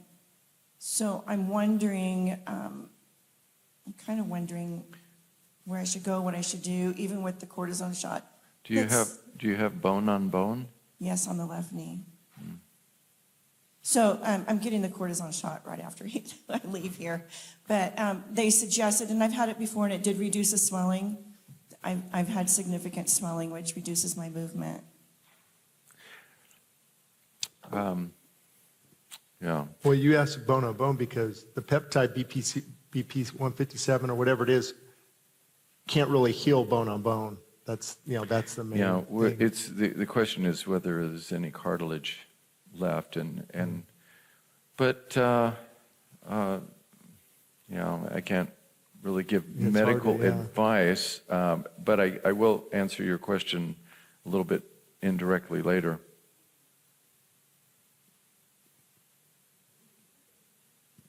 Go ahead.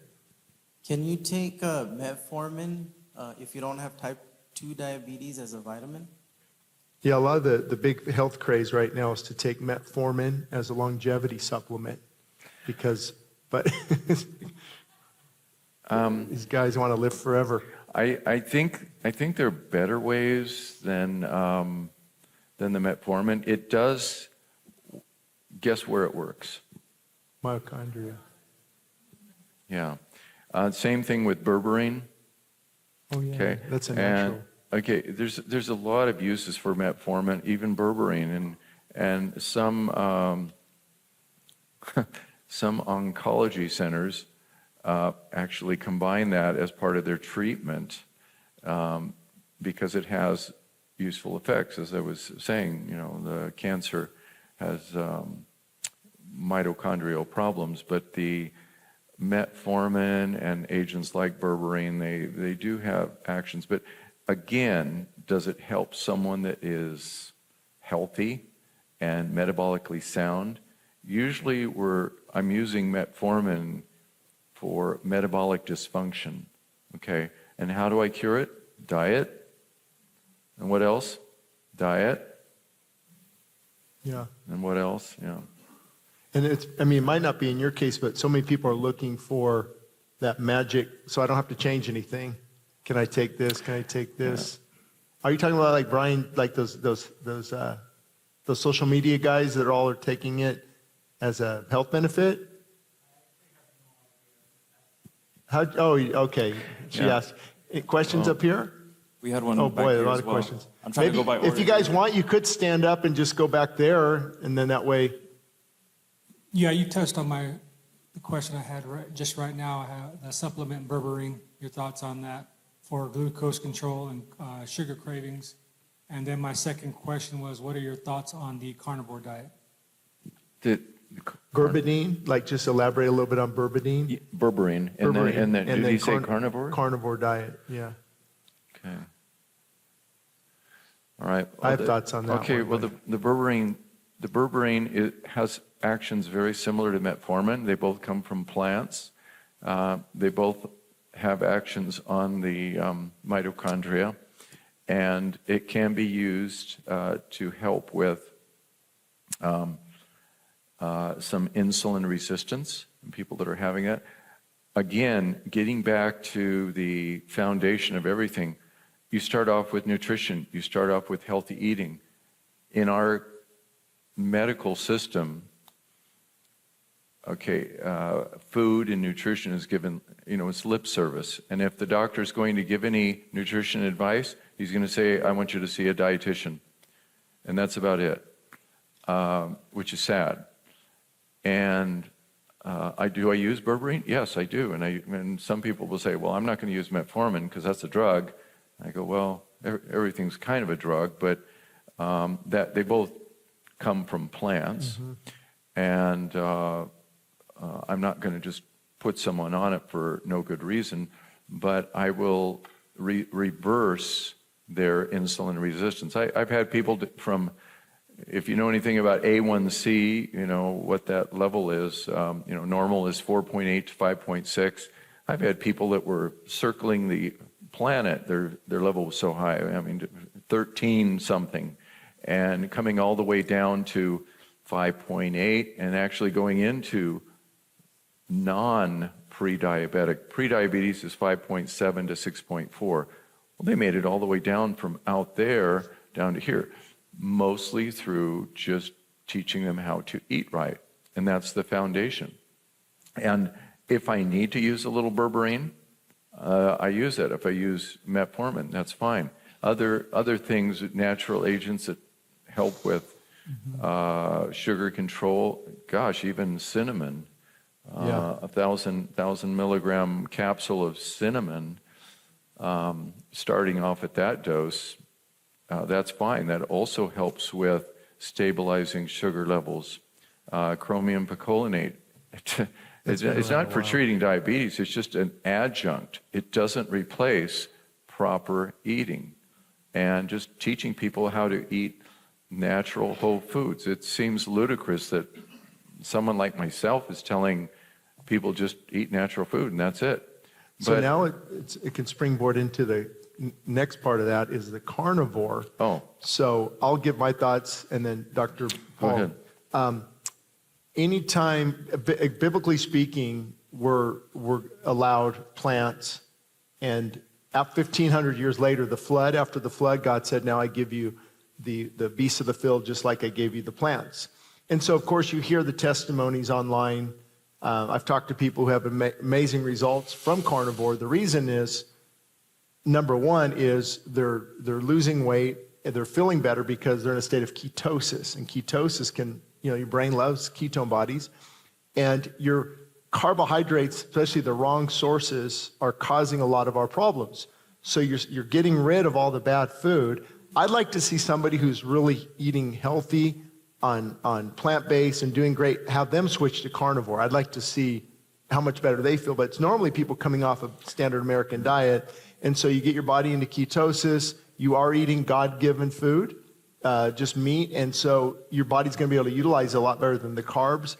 The positives, Jordan Peterson, of course, and his daughter, lots of people have experienced really good results. For me, it's hard to picture long-term because fiber is so important and so many phytochemicals in plants, that long-term, I don't know, Yeah. So Jordan Peterson, you mentioned, his daughter was on this carnivore diet, and I think she had some autoimmune disease. And people say, "Oh, that's it. That's it. That's the cure."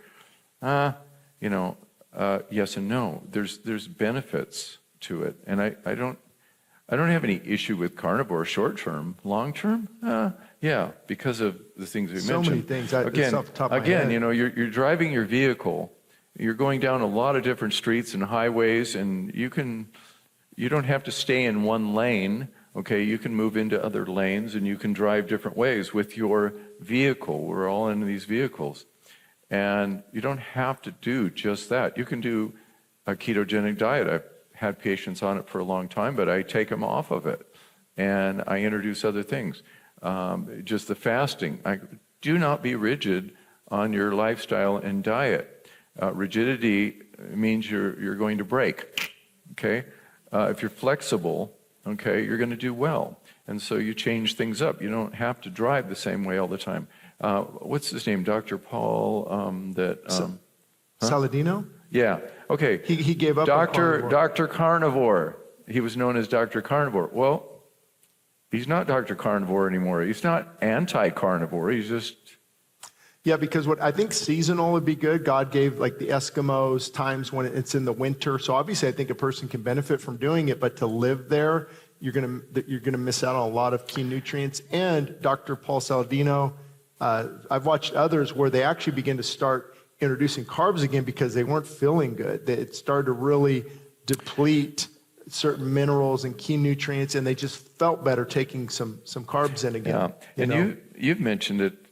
I've heard you mention, I wasn't there at the time, but I've heard you mention, well, this is, what would Jesus eat, okay? Oh, what would Jesus eat, yeah. And that's exactly what I've done with my practice. I say, well, did Jesus eat meat? Of course he did. Okay, oh my gosh, well, meat's bad for you. And I go, well, I don't know, it seems like the whole thing about ancient Israel was about these big feasts that they had. Yeah. Oh, well, they were just burning everything and offering. I go, no, they were actually consuming a lot of this. And the Levite priests and all of these people in the culture were eating meat. Okay, it's not that they were eating excessive amounts. They weren't on a carnivore diet. And you kind of look at it, they had a really good balance. He did eat fish, obviously. And he did have lamb.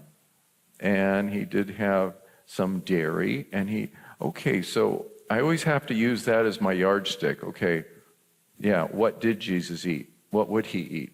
What would he eat today? And the problem with meat isn't necessarily the meat, it's what's in it nowadays. You get into they're eating the GMO corn, they're getting injected the growth hormones and the different shots, and then they eat the meat, all the preservatives in the meat. Yeah. Luncheon meat. And so it's really just like with the word, I won't say the word, but you guys know what it is. It's not the dead bacteria itself that's trying to trigger the immune response. It's the adjuvant agents they're adding to it to get it into the cell. Those are the problems that it's been having, with Art Kennedy's brought up and different people. Yeah. And so a lot of meat studies have not taken into account that they kind of lumped all meat together. It did not isolate out, okay, processed meat with preservatives, Big difference. All the deli meats, okay, those are bad. I won't consume any of them. Well, you can't get that stuff without preservatives. Of course you can. Of course you can. We've been doing it for years. And if we're going to eat meat, we try to go with grass-fed, kind of organic. But well, that's expensive. Well, don't eat a lot of meat, okay? But see, the whole thing with carnivore, the same thing with like paleo, well, it's going back to the way our ancestors lived. They ate this way, and this is the healthiest way. And of course, the paleo is You know, it's all based on, you know, evolutionary thinking, and I mean, if you read their literature, well, I disagree with it. It's not that. I think meat was a treat. I mean, you'd have to go shoot the animal, process the animal, make a fire, cook the animal. Hopefully you can preserve it. You know how to do it with the salt and jerky. I mean, it's not like you're just carrying, like we have it everywhere. It was, they get the blueberries off the tree, the carrots. I mean, to say that's the way they ate is. Yeah, they had ways of preserving, so be it salting or smoking or other things. But again, it was a treat, and it wasn't something that they were just consuming around the clock. But we kind of go to extremes. So, you know, I've always thought it's ironic. The food that God gave the children of Israel was plant-based. It's Bedelian. It tastes like honey and wafer. That was God was going to sustain them for 40 years. Interesting side note, you know. I don't know, it's just for fun. So next question. Yeah, we have a question over here. You guys, I guess you don't have to stand up. You're going to stand too long. You can sit down if you need to and raise your hand. Sorry, Yvette. But, I mean, you can stay standing if you want. I just don't want you standing forever. So go ahead. Who's ever next? Luis has got the mic. Yes, you had mentioned gastroenterology earlier. I was curious if there's any dietary or what have you ways to try and prevent it from coming out of remission. So gastro disease, it's already in. Crohn's disease. Oh, Crohn's, okay. In particular. So it's already in remission now. How do you keep it there? Okay. Crohn's disease is a chronic inflammatory condition of the bowel. It involves the small intestine, can involve the large intestine as well. And it's somewhat autoimmune. It's different than ulcerative colitis. It's another inflammatory bowel disease. But there are ways of controlling it. I can give you a reference later of something to look up as far as natural things that can help with controlling that. It's in remission right now? Yeah. Okay. Again, I mean, just a long shot here, but there's multiple factors. Just a long shot here. Does diet play a role? I mean, diet is the core. Diet is the core. And again, the microbiome, it has to do, yes, it has to do a lot with the microbiome. And again, trying to find that balance. And microbiome, people think, well, what is it? Oh, it's the bacteria in your gut. But it's not as easy as people think to just reset that. The American diet promotes the wrong bacteria. You've got the good guys and the bad guys, and then the ugly. Good, bad, and ugly. And the good guys produce nutrients, okay, short-chain fatty acids, primarily butyrate. And butyrate is an incredible molecule. In fact, the same benefits from butyrate, and you can actually get this as a supplement. Yeah, the same thing with fasting. Yeah. BHB, beta-hydroxybutyrate from the fasting, that's a ketone. But this butyrate short-chain fatty acid, it nourishes your bowel cells, especially the colon cells. And this is your good bacteria. Then you've got the bad bacteria, which pretty much is the American diet, and it squashes out these guys. And these guys don't survive in a high sugar, high carb environment. And so the bad bacteria, which is basically the American diet, they have a host of other short-chain fatty acids and things like lipopolysaccharide. It causes inflammation through your body. The American diet is just pro-inflammatory. If you eat any fast food, you're guaranteed to get a lot of. I was going to say, guess where serotonin is created? Oh, it's around your gut. 85% of serotonin is in your gut. Yeah, and so anxiety, it affects your brain. The microbiome produces a lot of these things, but it affects the function of your gut, your bowel. I know we're getting away from the Crohn's here, so I wanted to. Yvette, get ready. I'm saying, Yvette, you ready for your question? Oh, go ahead. Yeah, but But the microbiome is part and parcel. It's key to this, and providing the right fuel for that to keep them alive. The yeast proliferate when there's a high amount of sugar. Anyway, you get the wrong bacteria. You break down the epithelial gut barrier, and that can actually allow proteins in your food to creep across. You get this inflammatory reaction from your immune system. This is part of this is related, to the Crohn's issue, but it's a little bit more involved. But there are ways of healing that, and there's a number of things that you can do. But the key, is optimizing the nutrition, but trying to get people to reestablish their bacteria in a good balance. It's takes a while. It's not instant. Fermented foods and God-given foods, sauerkrauts, God-given plant-based foods, even meat would really. Kefir, yogurt, kombucha, kimchi. Kimchi, all that. Luis, who's next? We have a next question right here.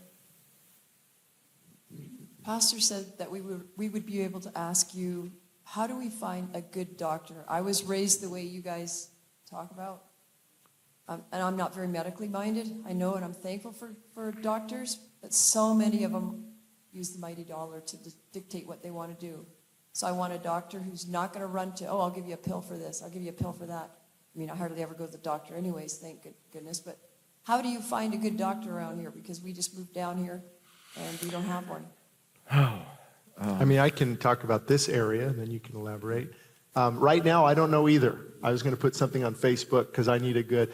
But to answer, Dr. Paul is not one-on-one. He doesn't take on new clients. He works out of Oklahoma, so I don't even work with him. He refers me to my own personal physician here locally, and the two I know of, I don't want to say names, but it's just they're like 1990s, same old. One example on Avenue N. That's all I'll say. He did my blood pressure a while back, and it was high. And he goes, I got to get you on this and this. I'm like, can you use a large cuff? He goes, they didn't use a large cuff? And I'm like, no. So he put the large, you're fine. It's just that, it's like, you're just going to prescribe a medication without looking. So I was actually going to put it on Facebook if anybody knows of any good local physicians who balance, both holistically and, not going to push to prescribe anything or get the jabs. We had to leave one doctor 15 years ago because he was like going to call child services or something on the, like, hey, I just have questions. So it is very hard. I don't know of anybody locally, but I don't know if there's a website, or maybe I would do some interviews, maybe go and talk to different ones. Yeah, for a consult. Okay, let me do the homework and I'll see if I can find somebody locally. There's or maybe some of you can let her know afterwards. Yeah, the Institute of Functional Medicine, but I can't vouch for all the doctors. And again, it doesn't matter whether you do standard medicine or natural medicine, integrative medicine. Okay, a lot of it is about the money, and they'll want to order, a battery of tests. This is going to cost $1,000, $1,500 just to get these tests. Yeah. Yeah, we have to look around here. We don't know too many. It is okay. So talk to Raji afterwards. One example in ENT, also on Avenue J. Gosh, it's been 8 years now. We took Kylie in. He said, "Oh my gosh, her tonsils." They wanted to remove her tonsils and adenoids and schedule an appointment down at Children's Hospital like that in 2 days. I said, "Hold on." And so I got her off of dairy, sugar, took her on a drive every day, made her take a nap, and 6 days later, she's breathing fine, no need for it. So you've got to do your homework. You've got to be your own physician. Take it to the Lord. Use their counsel, but they're also going off of what. That's a good response he had based on. That will fix it, but it's almost like tonsils, adenoids. We do need them. They're good for immunity, So, yeah. First, pray. Yeah, exactly. Pray. How'd I miss that one? Ask the Lord for, Exactly. no. Mm. But again, ask the Lord for guidance. Okay, what do I do? Where do I go? Can you help me? Because he will use medicine. You know, we hear that antibiotics are not that great, but Paul just recommended I get on antibiotics recently. I have my root canal was abscess, and he goes, yeah, you don't want to mess with that 2 weeks ago. So I got on antibiotics. They pulled, the whole tooth is gone now. They pulled out, I did not know what I was getting into. Oh my Lord, have mercy. And so I'm still on it now because it came back and I started to get sick. And so now I'm on amoxicillin for 2 more days. But then I know how to rebuild the good gut bacteria, which I will be doing. And so there's a time and place where you got to jump on that stuff, you know, and God has given us those things. Exactly.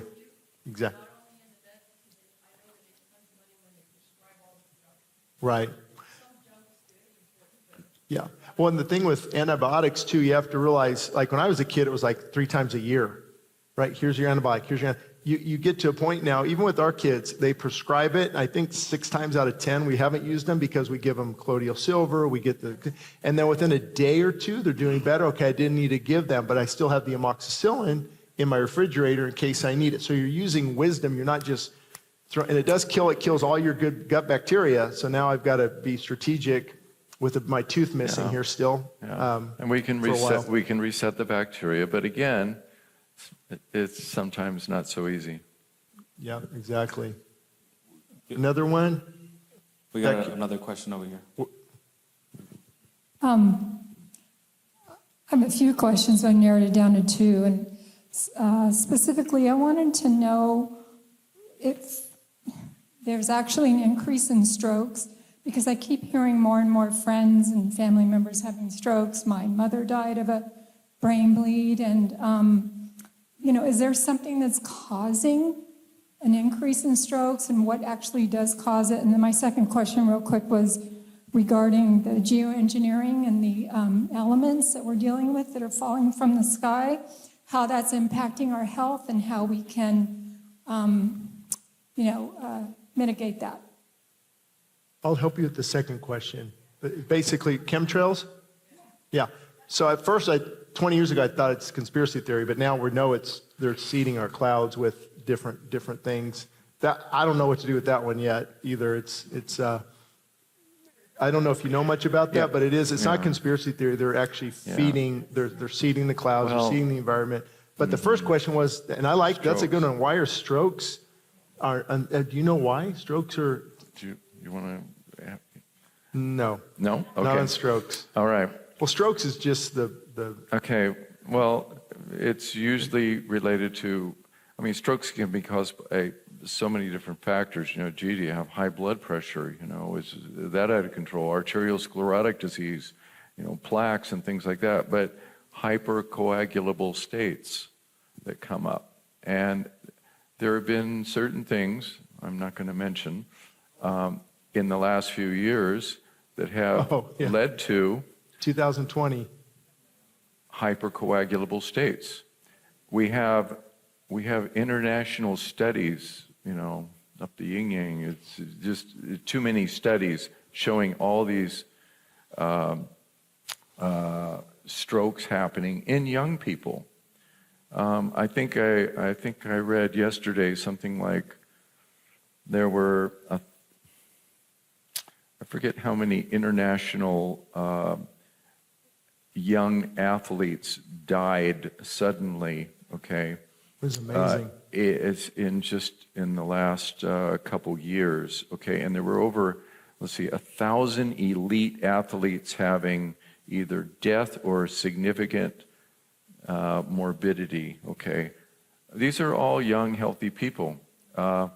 My son had, out of a class of like 24, something like that. I don't know. He had, and these are all in their mid-20s. Okay, and 4 of them end up having heart problems. Okay, and I won't say what preceded it by a few weeks. Okay, so you have those kind of things happening, and there are protocols and things that people can take to reduce certain proteins that are still floating around after a couple years.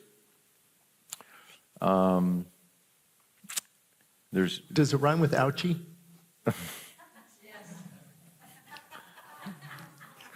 Anything on the chemtrails? No, but there are some things that I do suggest to my patients if they've had certain types of infections or they've received certain types of therapies.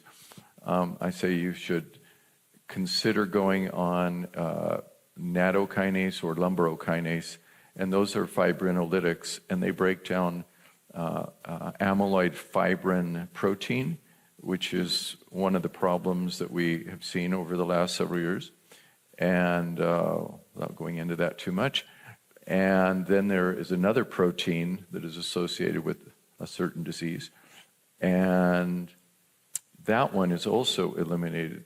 These things are hard to eliminate and be broke down, but these fibrinolytics, nattokinase is from natto, it's a fermented a Japanese soy product. And it's a natural enzyme. And I've used it for 25 years or so. It's very useful. It's very healthy for the vascular tree. So that's one thing I would be doing. The other is lumbarokinase. That comes from Lumbricoides, which is the earthworm family. Another natural enzyme, but it breaks down fibrin, it breaks down other protein, but it's not damaging, it's not a health risk. I've never seen anything. But anyway, the literature on these as far as vascular health, yeah, it's great, but again, you're not going to get any pharmaceutical company pushing that. And so to clarify, what you're recommending now is probably good for those who did listen to ouchie, basically. So. And you can go back and listen to this too. Okay. Yeah, the they're fibrinolytics. Fibrinolytics. And natto is, N-A-T-T-O. You have a question?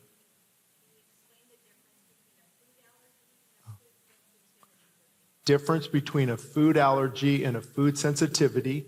And then after that, Yvette was asking about the chemtrails, but I don't know much about other than what I read. Okay, I'll answer that. Okay, but the chemtrails. Back decades ago, the people with the tinfoil hats, the chemtrails, these loonies.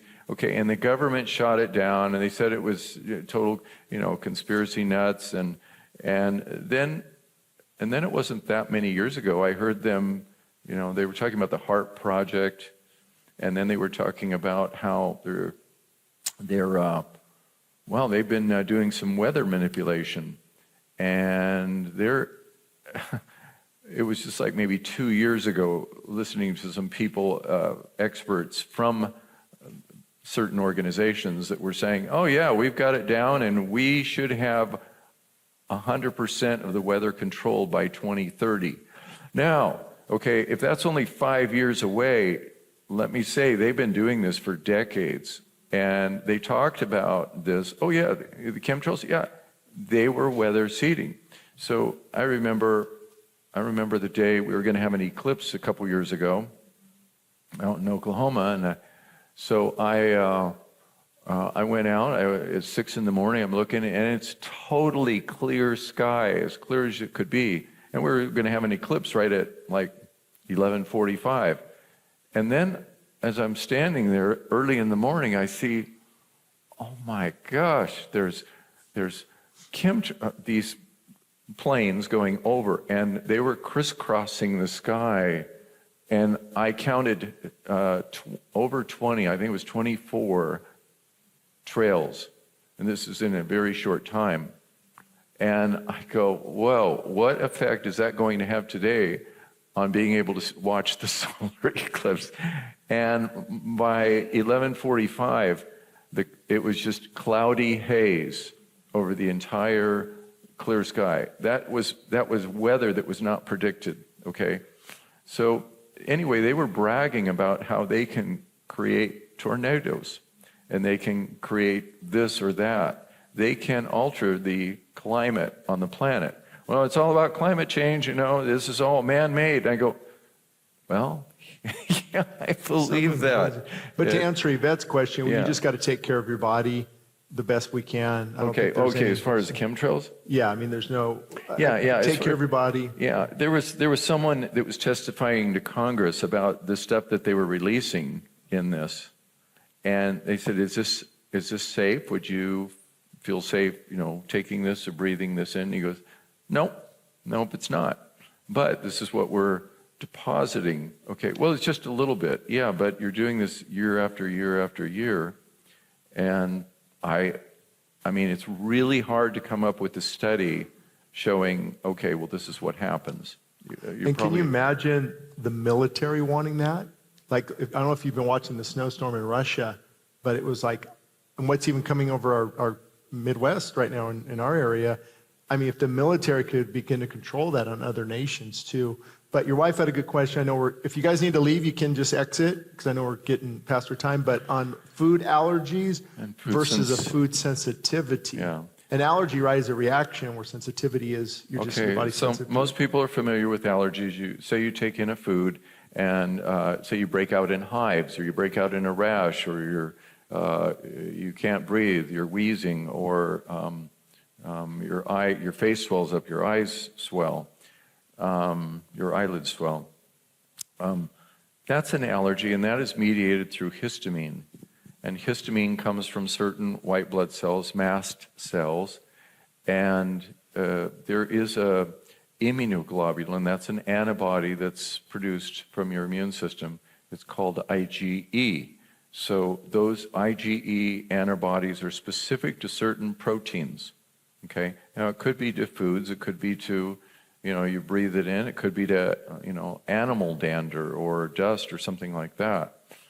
But that causes this reaction. It's a lot of it is histamine mediated. So histamine is released. People take antihistamines. Oh my gosh, I've got allergies, so they take an antihistamine.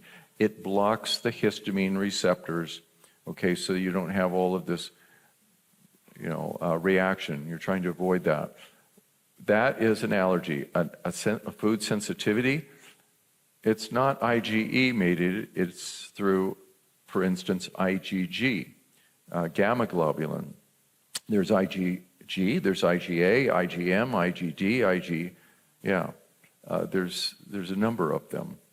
So each one is specific for something, but IgG, gamma globulin, that would be an antibody that you would produce, say if you had an infection, and you're going to build an immune response to that so you don't get it again.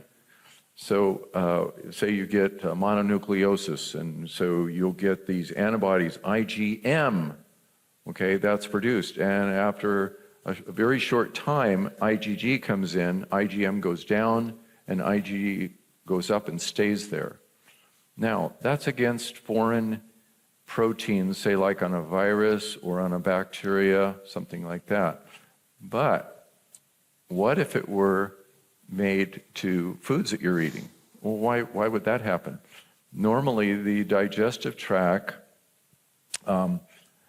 this is around 80-85% of your immune system is hovering around that digestive tract, and it is the one area that you're most vulnerable to. This is where anything could penetrate and get in your body. Well, it's already in your body. No, the tube that's running from here to here is actually outside your body. So inside that lumen of that tube, your intestines, that's not inside your body. It's just running through the middle, okay? So what I mentioned earlier about the microbiome, if you get the wrong bacteria in there, there's inflammation at the barrier. The barrier is broken down. The tight junctions between the cells start getting broken down. There's little like sticky pads between. And some of those protein fragments, maybe peptides, but protein fragments, amino acids, but usually long enough that they can cause an immune reaction. Might be a whole protein, but if it gets through your immune system, it's fair game, and it's going to produce antibodies. So every time you eat this food, you're going to get this reaction from your immune system. And people have no idea that they have food sensitivities. Many times it's their favorite foods that they are, this is their go-to foods. They eat them every single day. And I tell people, I said, you really should vary your eating habits. Don't eat the same foods all the time. Right. But if there is gut inflammation, which we're trying to avoid with healthy eating, if there is gut inflammation, you can get that. So I've had people with crazy symptoms. It could be related to their eczema, or it could be their psoriasis, or it could be their rheumatoid arthritis, or it could be, these aren't the causes. It's just that those will trigger these entities. One patient had uncontrollable perspiration, hot all the time. The only time that he was happy was in the middle of winter outside in northern Idaho with a t-shirt on, okay? And because he was always hot, and he'd already been to immunologists, allergists, he'd been to endocrinologists, been to dermatologists, been to neurologists, and okay, well, we have no idea what's wrong, you just have that problem. Well, this guy was miserable. I had no idea either. But, and I told him I would pray. But it was actually a year later I found out that, I tested him for food allergies. Never heard of such a thing. I mean, as far as causing something like that. But I asked him, I said, do you eat bananas? And he goes, well, yeah. I go, how often? He goes, every day. Every day? Yeah, I eat bananas every day. What about peanuts? And he goes, no, I don't eat peanuts. I go, do you eat peanut butter? And he goes, oh, yeah, peanut butter every day. And I go, really? I go, is that like your go-to food? And he goes, absolutely. He goes, I live on peanut butter and bananas. And and so I said, well, there's one other one on here on your list. I go, it's something. It's not as reactive as those. Those are like through the roof. It was it was brewer's yeast. And he goes, well, what's that in? I go, fermented, beverages. And he goes, oh, I don't drink, so I guess there's no problem with that. And I go, okay. So I took. And first he refused. He goes, I'm not getting off my favorite foods. And I said, yes, you are. Yes, you are. And he did. And it wasn't even 3 days. And this condition that had plagued him for over a decade was gone. And I said, yeah, we'll try it with a little bit, boom, And he said, this is amazing. So I had told him, I said, look, you got to get out of your construction job, and you got to get a job like something that's cold. And he goes, well, I used to work in produce. Perfect. You get into a frozen locker or something. And he did. He went into now he's head over produce in a large grocery chain. But anyway, that's what he did, and he didn't need it anymore, though. He was fine. He was cured. But it was that. I did not expect that. And I can tell you a lot of crazy other stories. But food sensitivities, it could be behind chronic daily headaches. And I treated some lady in New Zealand for, itching. She had itching. No rashes, just itching. And nothing would control it, even antihistamines. So when I took these two foods out, I had to send the kit to the U.S., by the way, because they don't have it in New Zealand. And she came back 3 months later, and I said, oh, hey, how's the itching? She goes, oh, it's gone. Really? And I go, that's wonderful. And she goes, oh, just kind of nonchalant. Well, aren't you excited? And she goes, well, that isn't the good news, doctor. And I go, well, what's the good news? She goes, well, I don't have chronic daily headaches anymore. And I go, oh my gosh, you had chronic daily headaches? Oh, so then she goes on and tells me this, how many neurologists she had, every treatment known to man for headaches. And she says, so my last neurologist told me, we've exhausted everything. You will have headaches for the rest of your life every day. And the best thing is to suck it up and accept it. And she goes, I have not had a headache in 3 months. And I go, oh my gosh. So I was really excited and I was, whoa, gosh, incredible. And she says, but I didn't tell you the really good news. And I go, well, what could be better than chronic daily headache? She goes, I'm 42 years old. She goes, I don't have attention deficit anymore. And I go, oh, I didn't know you had that either. She goes, oh, I had it all my life. I was diagnosed when I was 20. But she said, do you ever see that movie with Bradley Cooper? It was Limitless or something. And I think it was the year before that came out. And I said, yeah, I saw that. And she says, it was like that. He took this pill and his IQ went up like 4,000 or, something like that. And she said, it's like that. My brain is so sharp and alert now. And she said it was due to food. And I said, yeah. I said, I wish you would have told me that because that's one of the things I use in approaching attention deficit disorder or ADHD. I use that. I start off with food as the foundation and trying to get the brain healthy and get rid of that. But I'm not going to say that's the answer every case, but I said, that's where I look. And I said, in daily headaches, I said, that's also something I look at with food sensitivities. So again, I'm just giving you, those are anecdotal examples. The best way to find out too is to fast for 3 or 4 days and then start adding back some foods. But actually, we're running out of time, so we're gonna have to go just real quick. If there's any, and we're gonna have to answer real quick too. If there's just any last-minute questions, you don't want to forget the vendors. My fault. I thought they were in the lobby. I just found out they're actually next door. The vendors are. So make sure to stop by there afterwards. We're probably gonna have to end in 8 minutes or so. So we're gonna try to answer real quick. Okay. Do you have any recommendations for good prostate health? Good prostate health. Top 2 recommendations. Don't say diet. No kidding. I'm kidding. Yeah, no. On that one, would you avoid meat and dairy for a season? It's not a bad idea, but again, it's not going to treat everyone. Yeah. Trying to there are nutrients and supplements. Okay, I've seen people really respond well to some of these. Okay. Be it beta-cytosterol or Pygeum africanum or Urtica doica, that's nettle, stinging nettle. There's I'll get the spelling for you later. Zinc. There's a host of things that have been put together to optimize prostate health.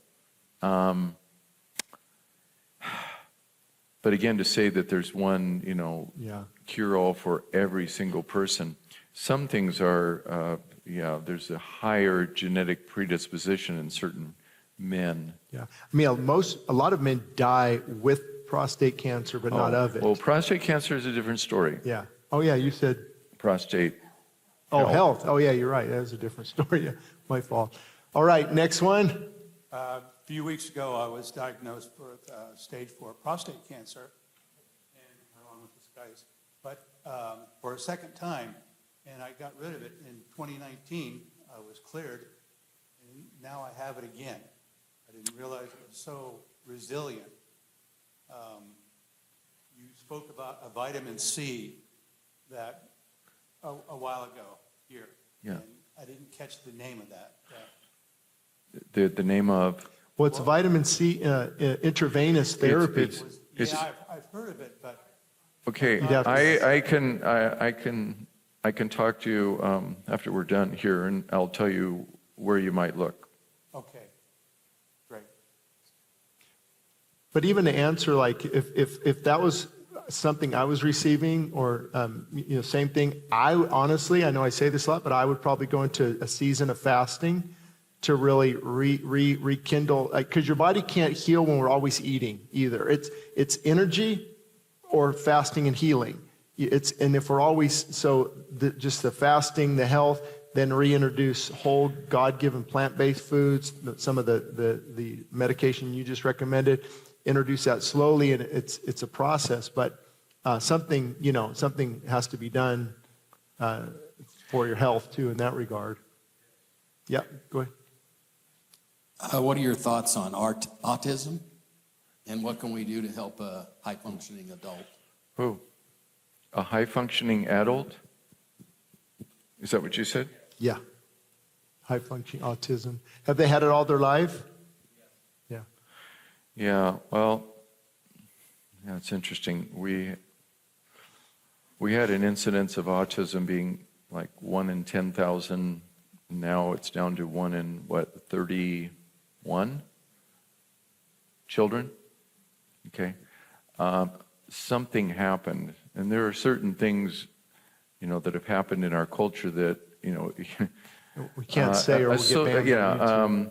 Association doesn't mean causation, but there are some things that are very, very closely associated. So anyway, as far as reversing some of that, again, the diet is key, and there are things that you can do. I had some student that was his senior thesis was dealing with autism and the microbiome.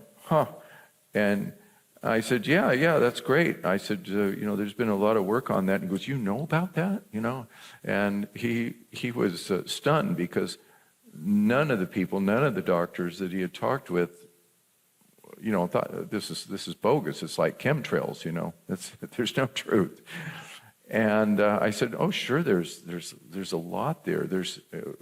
We haven't even talked about the gut-brain connection, but, it's bidirectional pathway,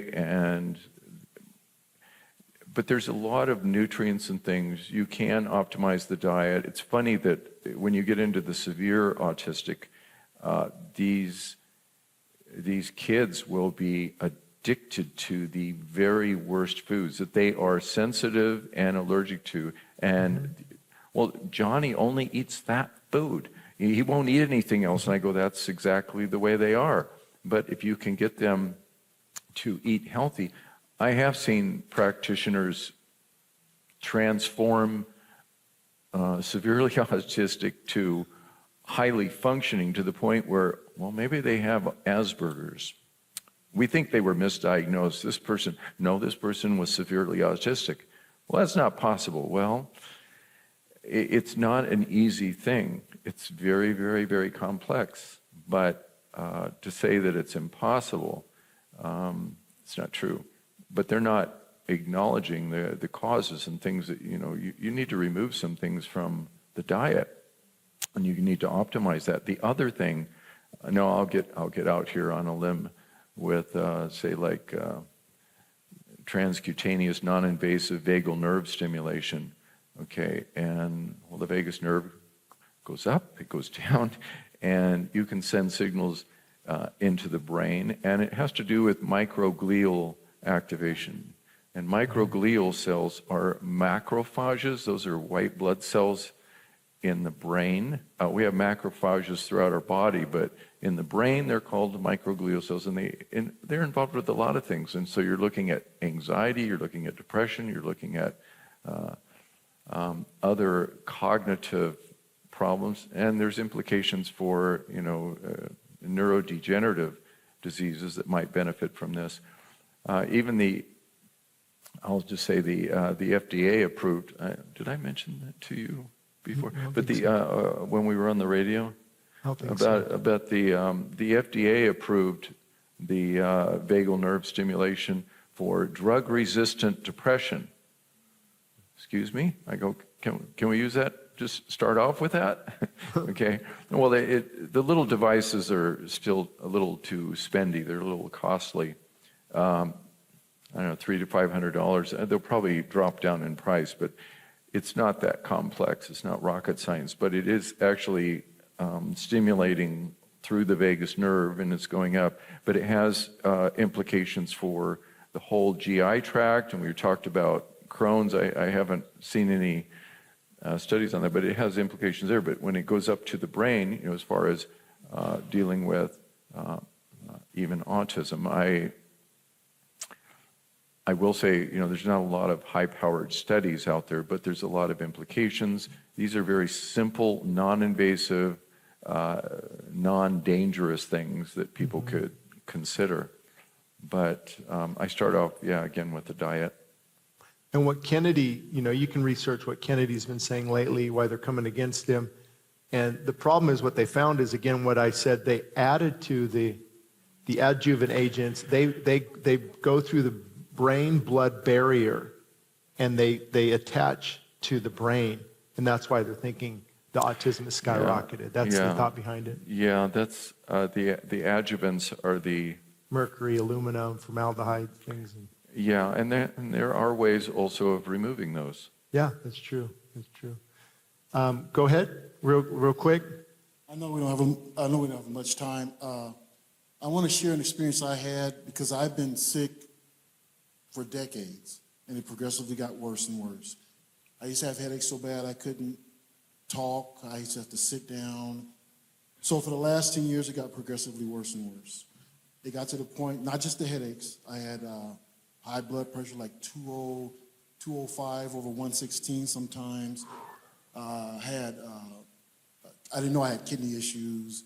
I had a lot of issues. I couldn't breathe right. So when you said earlier, sometimes you have to ask God. That's what happened to me. In my garage, I was the worst I ever could be. I couldn't move, couldn't do anything. And I just asked God, I said, God, please heal me. Then immediately, without preparing to say, I was made to say I felt, what do I have to do to be healed? So I got up. I didn't have a headache. I didn't get lightheaded like I usually did. Came inside, told my wife, we have to go to the store.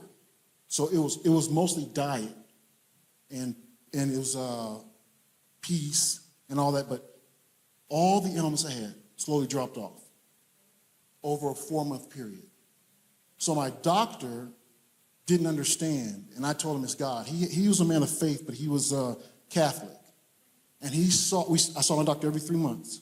So he saw the beginning, and he planted a seed like, you have to eat this, you have to eat this, you have to eat it. I didn't listen to him. I didn't care. My blood pressure would be so bad in your office that the girls would take my blood pressure 4 or 5 times and wanted me to go to the hospital. So with this experience I had, things just started coming to me. You got to do this, you got to do this, you got to do this. It was a T system. It was a 2-part T system. I didn't know anything about any of this stuff. So what I'm saying is, it was a lot of ailments. I passed kidney stones at home. I didn't even know my kidneys were bad. So my body was cleansed over time, and it was God. And my question to you, have you ever heard of anything like this happening before? Because what I'm doing now, I'm documenting it. I wasn't planning on documenting, putting it in the book, but that's what I'm supposed to do. I'm going to share it with people because I believe it can help a lot of people with a lot of issues. So his question is, when it comes in, correct me if I'm wrong, when it comes to healing, sometimes God will heal, sometimes he doesn't. Sometimes he'll show things that you need to work on. You need to get this out of your diet. You need to do this. You need to even unforgiveness and bitterness. We didn't even talk about mental toxic emotions. And so I think your question is, has Dr. Paul seen where God has healed somebody over a certain amount of time based on them praying and him directing them? For sure. Oh, yeah. I think so. I mean, sometimes healing is a process. Yeah. All healing comes from the Lord. 100%. And I've always been aware that he knows what is wrong with this patient. I don't. And that's why I just say, well, I'm just going to wait on you and please help me. I don't know your timeline with this. And he doesn't do it the same way every time. Jesus did that. He sometimes, he made some mud and spit, or he spittle and puts it there. And another time he spit and, and then he spit and he put it on the guy's tongue. And he did things different ways. And gosh, how come, there isn't any set formula, okay? But again, I always look to the Lord as far as being the source of healing. And I've seen him do it over time, over using prayer, using medicine, using natural medicine, okay, in various ways. But some people will say, well, I won't use anything but this. And I go, well, then you're going to say you're going to limit God. You're going to say, you can't do it this way, I refuse. And because God wouldn't do that. Well, he uses a lot of things. But I'm all in for doing things as naturally as I can.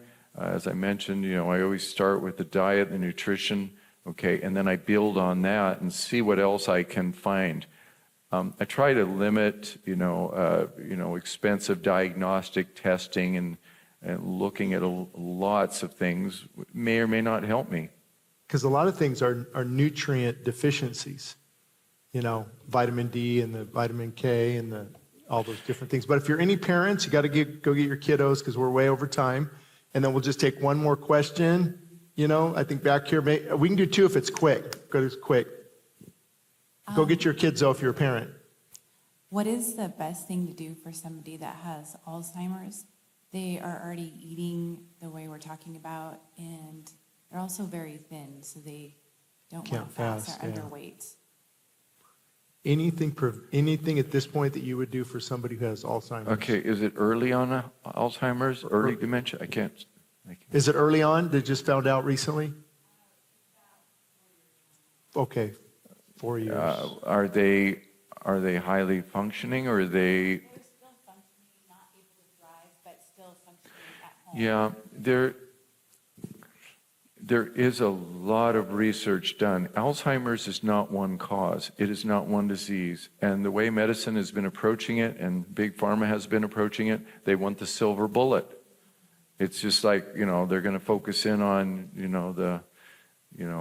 this particular protein or that, and that's the way we're going to treat it. It's not that. It's due to many, many things.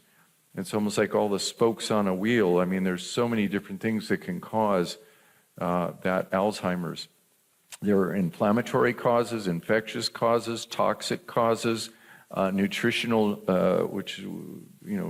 depleted causes, okay, that will lead to neuronal degeneration, and you start getting pruning of all the neurons and no more connections, and it ends up leading to dementia. Now, there are things that people have been doing for quite a while now in trying to reverse this, and I actually know of one neurologist who he was measuring hippocampal volume. Okay, hippocampus, the hippocampal area in the brain is one of the first areas that's hit with Alzheimer's. And this is where you're doing all your critical thinking, your analytical thinking, your type 2 thinking, processing, learning. Okay, very, very important. So that starts shrinking. There's a lot of things, that's another topic, just how you can benefit yourself in healing your hippocampus. But when it comes to them, we measure their hippocampal with MRIs. Now that's only in the research area. So he would do a volumetric MRI measurement, and they're getting it down to, exact amounts of volume, and those are going to shrink. They never get bigger. They never recover. So when he was able to have MRI showing that these actually increased in size, the radiologist said, we must have read this wrong. We've got to change our numbers. So they downgraded these numbers, they upgraded these numbers so that they would be closer, because they said it's impossible. You cannot increase the hippocampi if you have Alzheimer's, especially at this level. So then he took those and he gave them to blind reading radiologists. So they're not going to know which is which, before, after, whatever. Just read the volume. So they went through a whole, cadre of radiologists reading these, and the numbers were even better than the original reading, okay? And people will say, well, that's not possible. Again, his treatment wasn't using, some big pharma drug, and he wasn't in, he didn't have endorsement or funding from them. But there's Yeah, I don't want to endorse someone's Yeah, book or that's true. something, but I can tell you a name of some resource for that. Urgent last question? We got to head out. Right up here with the front. Okay, just go quick, please, I'll and be then real with the quick. white. Sure. What causes ringing in the ears? Can you tell me what I need to eliminate from my diet? Ringing of the ears? Tinnitus. But we have to have the quick answer, because I'm getting pressure to And what get rid of causes it, or how do I get rid of it? Okay. The only thing I found for a real quick remedy was, I've done this with a couple patients, and it was acupuncture, but it didn't last. It was totally back. Okay. The more long-winded answer was DMSO, and I came across a study using DMSO, and it actually decreases. But again, not huge studies. There's nothing dangerous to that, but again, what do we have to offer? Most ENT doctors aren't going to come up with a lot. Once you have that tinnitus, it's very debilitating. You could get the DMSO online, like dmso.com, and it's a solvent or liquid you mix with water, like 2 parts. You'd have to look up.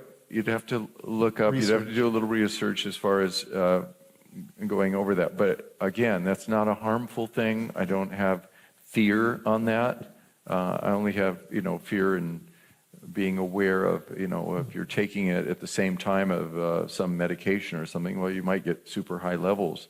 But other than that, it's have you tried water fasting for a while? Oh yeah, I'm talking 4, 5, 6 days.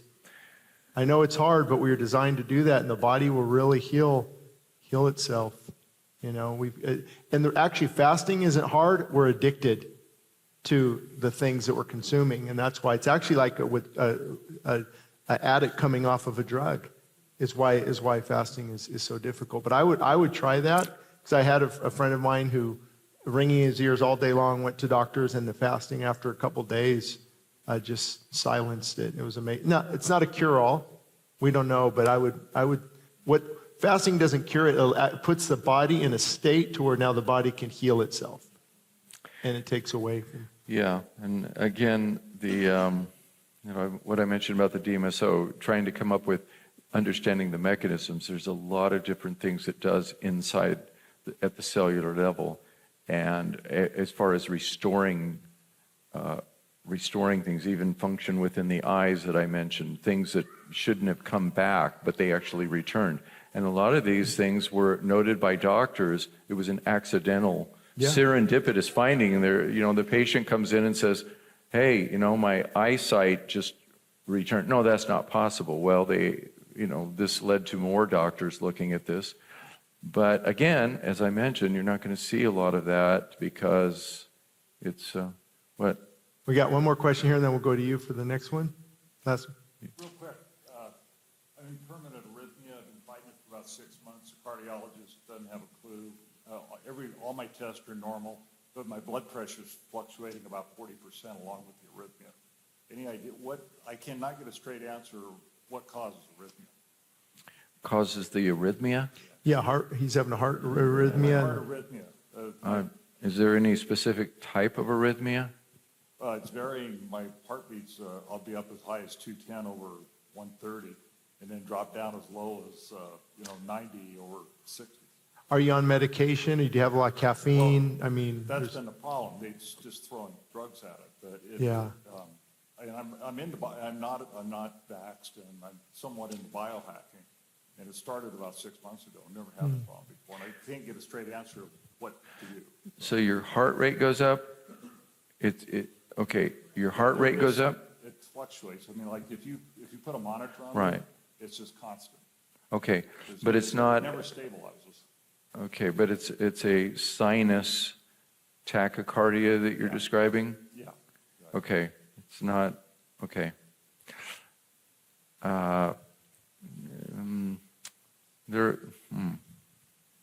There are some nutrients that I could suggest, okay, without looking, too deep into that aren't going to harm you in any way.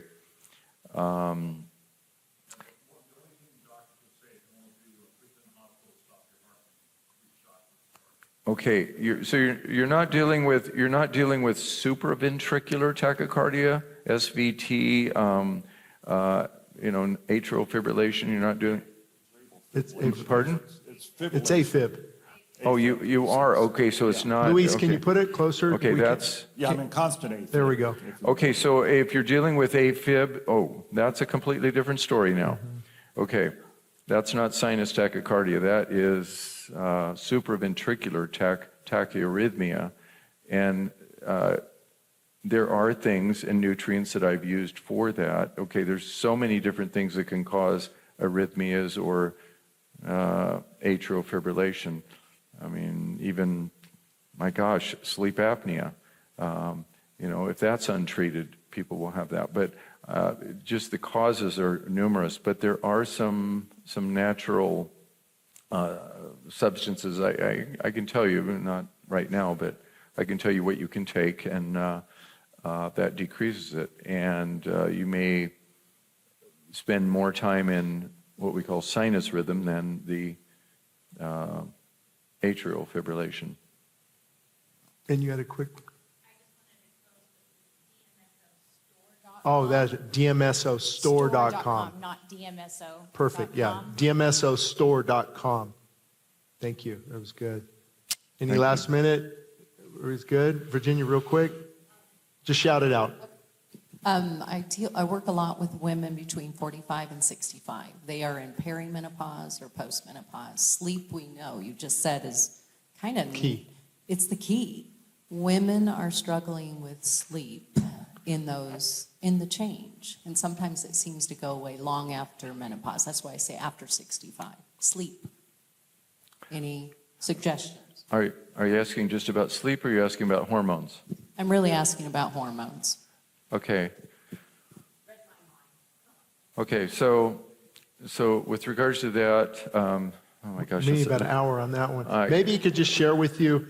I'll just say Dr. Makari is the FDA, commissioner. That it was 2 weeks before 2 weeks before Thanksgiving, I think, when he came out and said that they were removing the black box warning. Okay, that the FDA released erroneous conclusions and data. This is in 2002, and they're removing that because it was the risk was never there.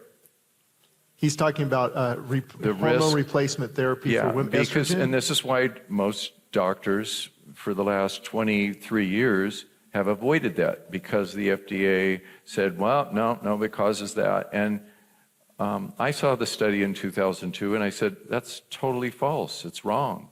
I go, I don't know where they're getting that. And it turns out that the FDA, behind closed doors, was discussing this, and they said, we're going to release it anyway.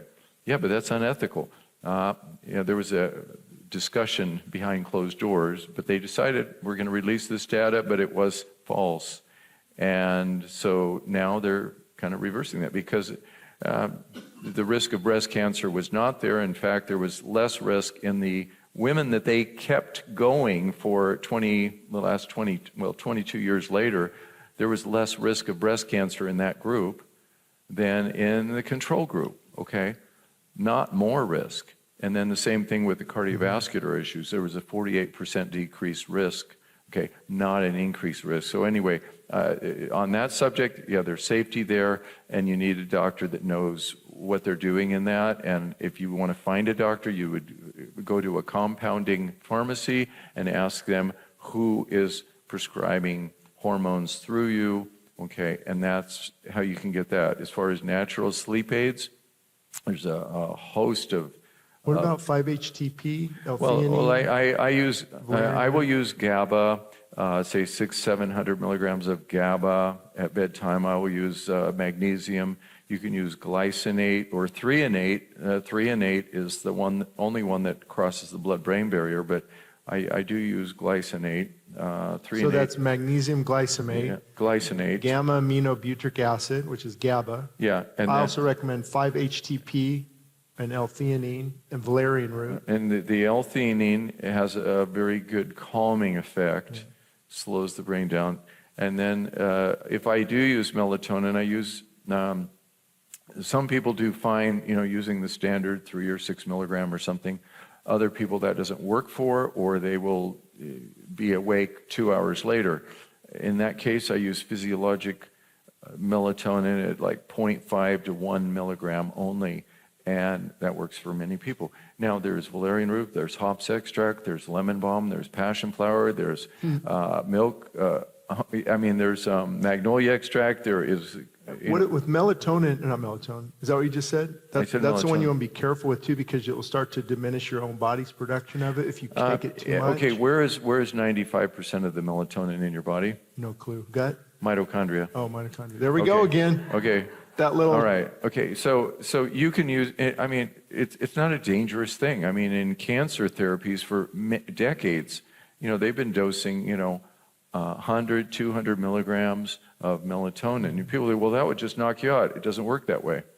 But they have used it as an adjunct with cancer treatments. True. So, so I just say you got to play with that and know the individual. Yeah. I cannot take, if I take it at all, I only take a half a milligram, and that's it. Me too. It's too strong. If I take anything more than that, I cannot sleep. It just keeps me awake. All right, guys, we're going to head out. Let me pray real quick. Lord, we thank you. Joyce, real quick. I was actually just going to say, I know he wouldn't say this, but we can't give out email and phone numbers because he already has his own practice in Oklahoma. So unfortunately, he can't work with, because then he'd have too many people. Well, why don't you field? Yeah, I'll field. If you send it to me, I can get it to his office. So you can email me the questions and I can get it to their office. It's just a way to respect that boundary because he already has his own. I'm not even a patient. I have my own doctor here locally. So does that help on that one? Okay. And then let me just pray real quick. Lord, we thank you for this time together. I pray that we would focus on our healing and our health, Lord, more so than ever before, and that we honor you with those two things. In Jesus' name. Amen. Amen.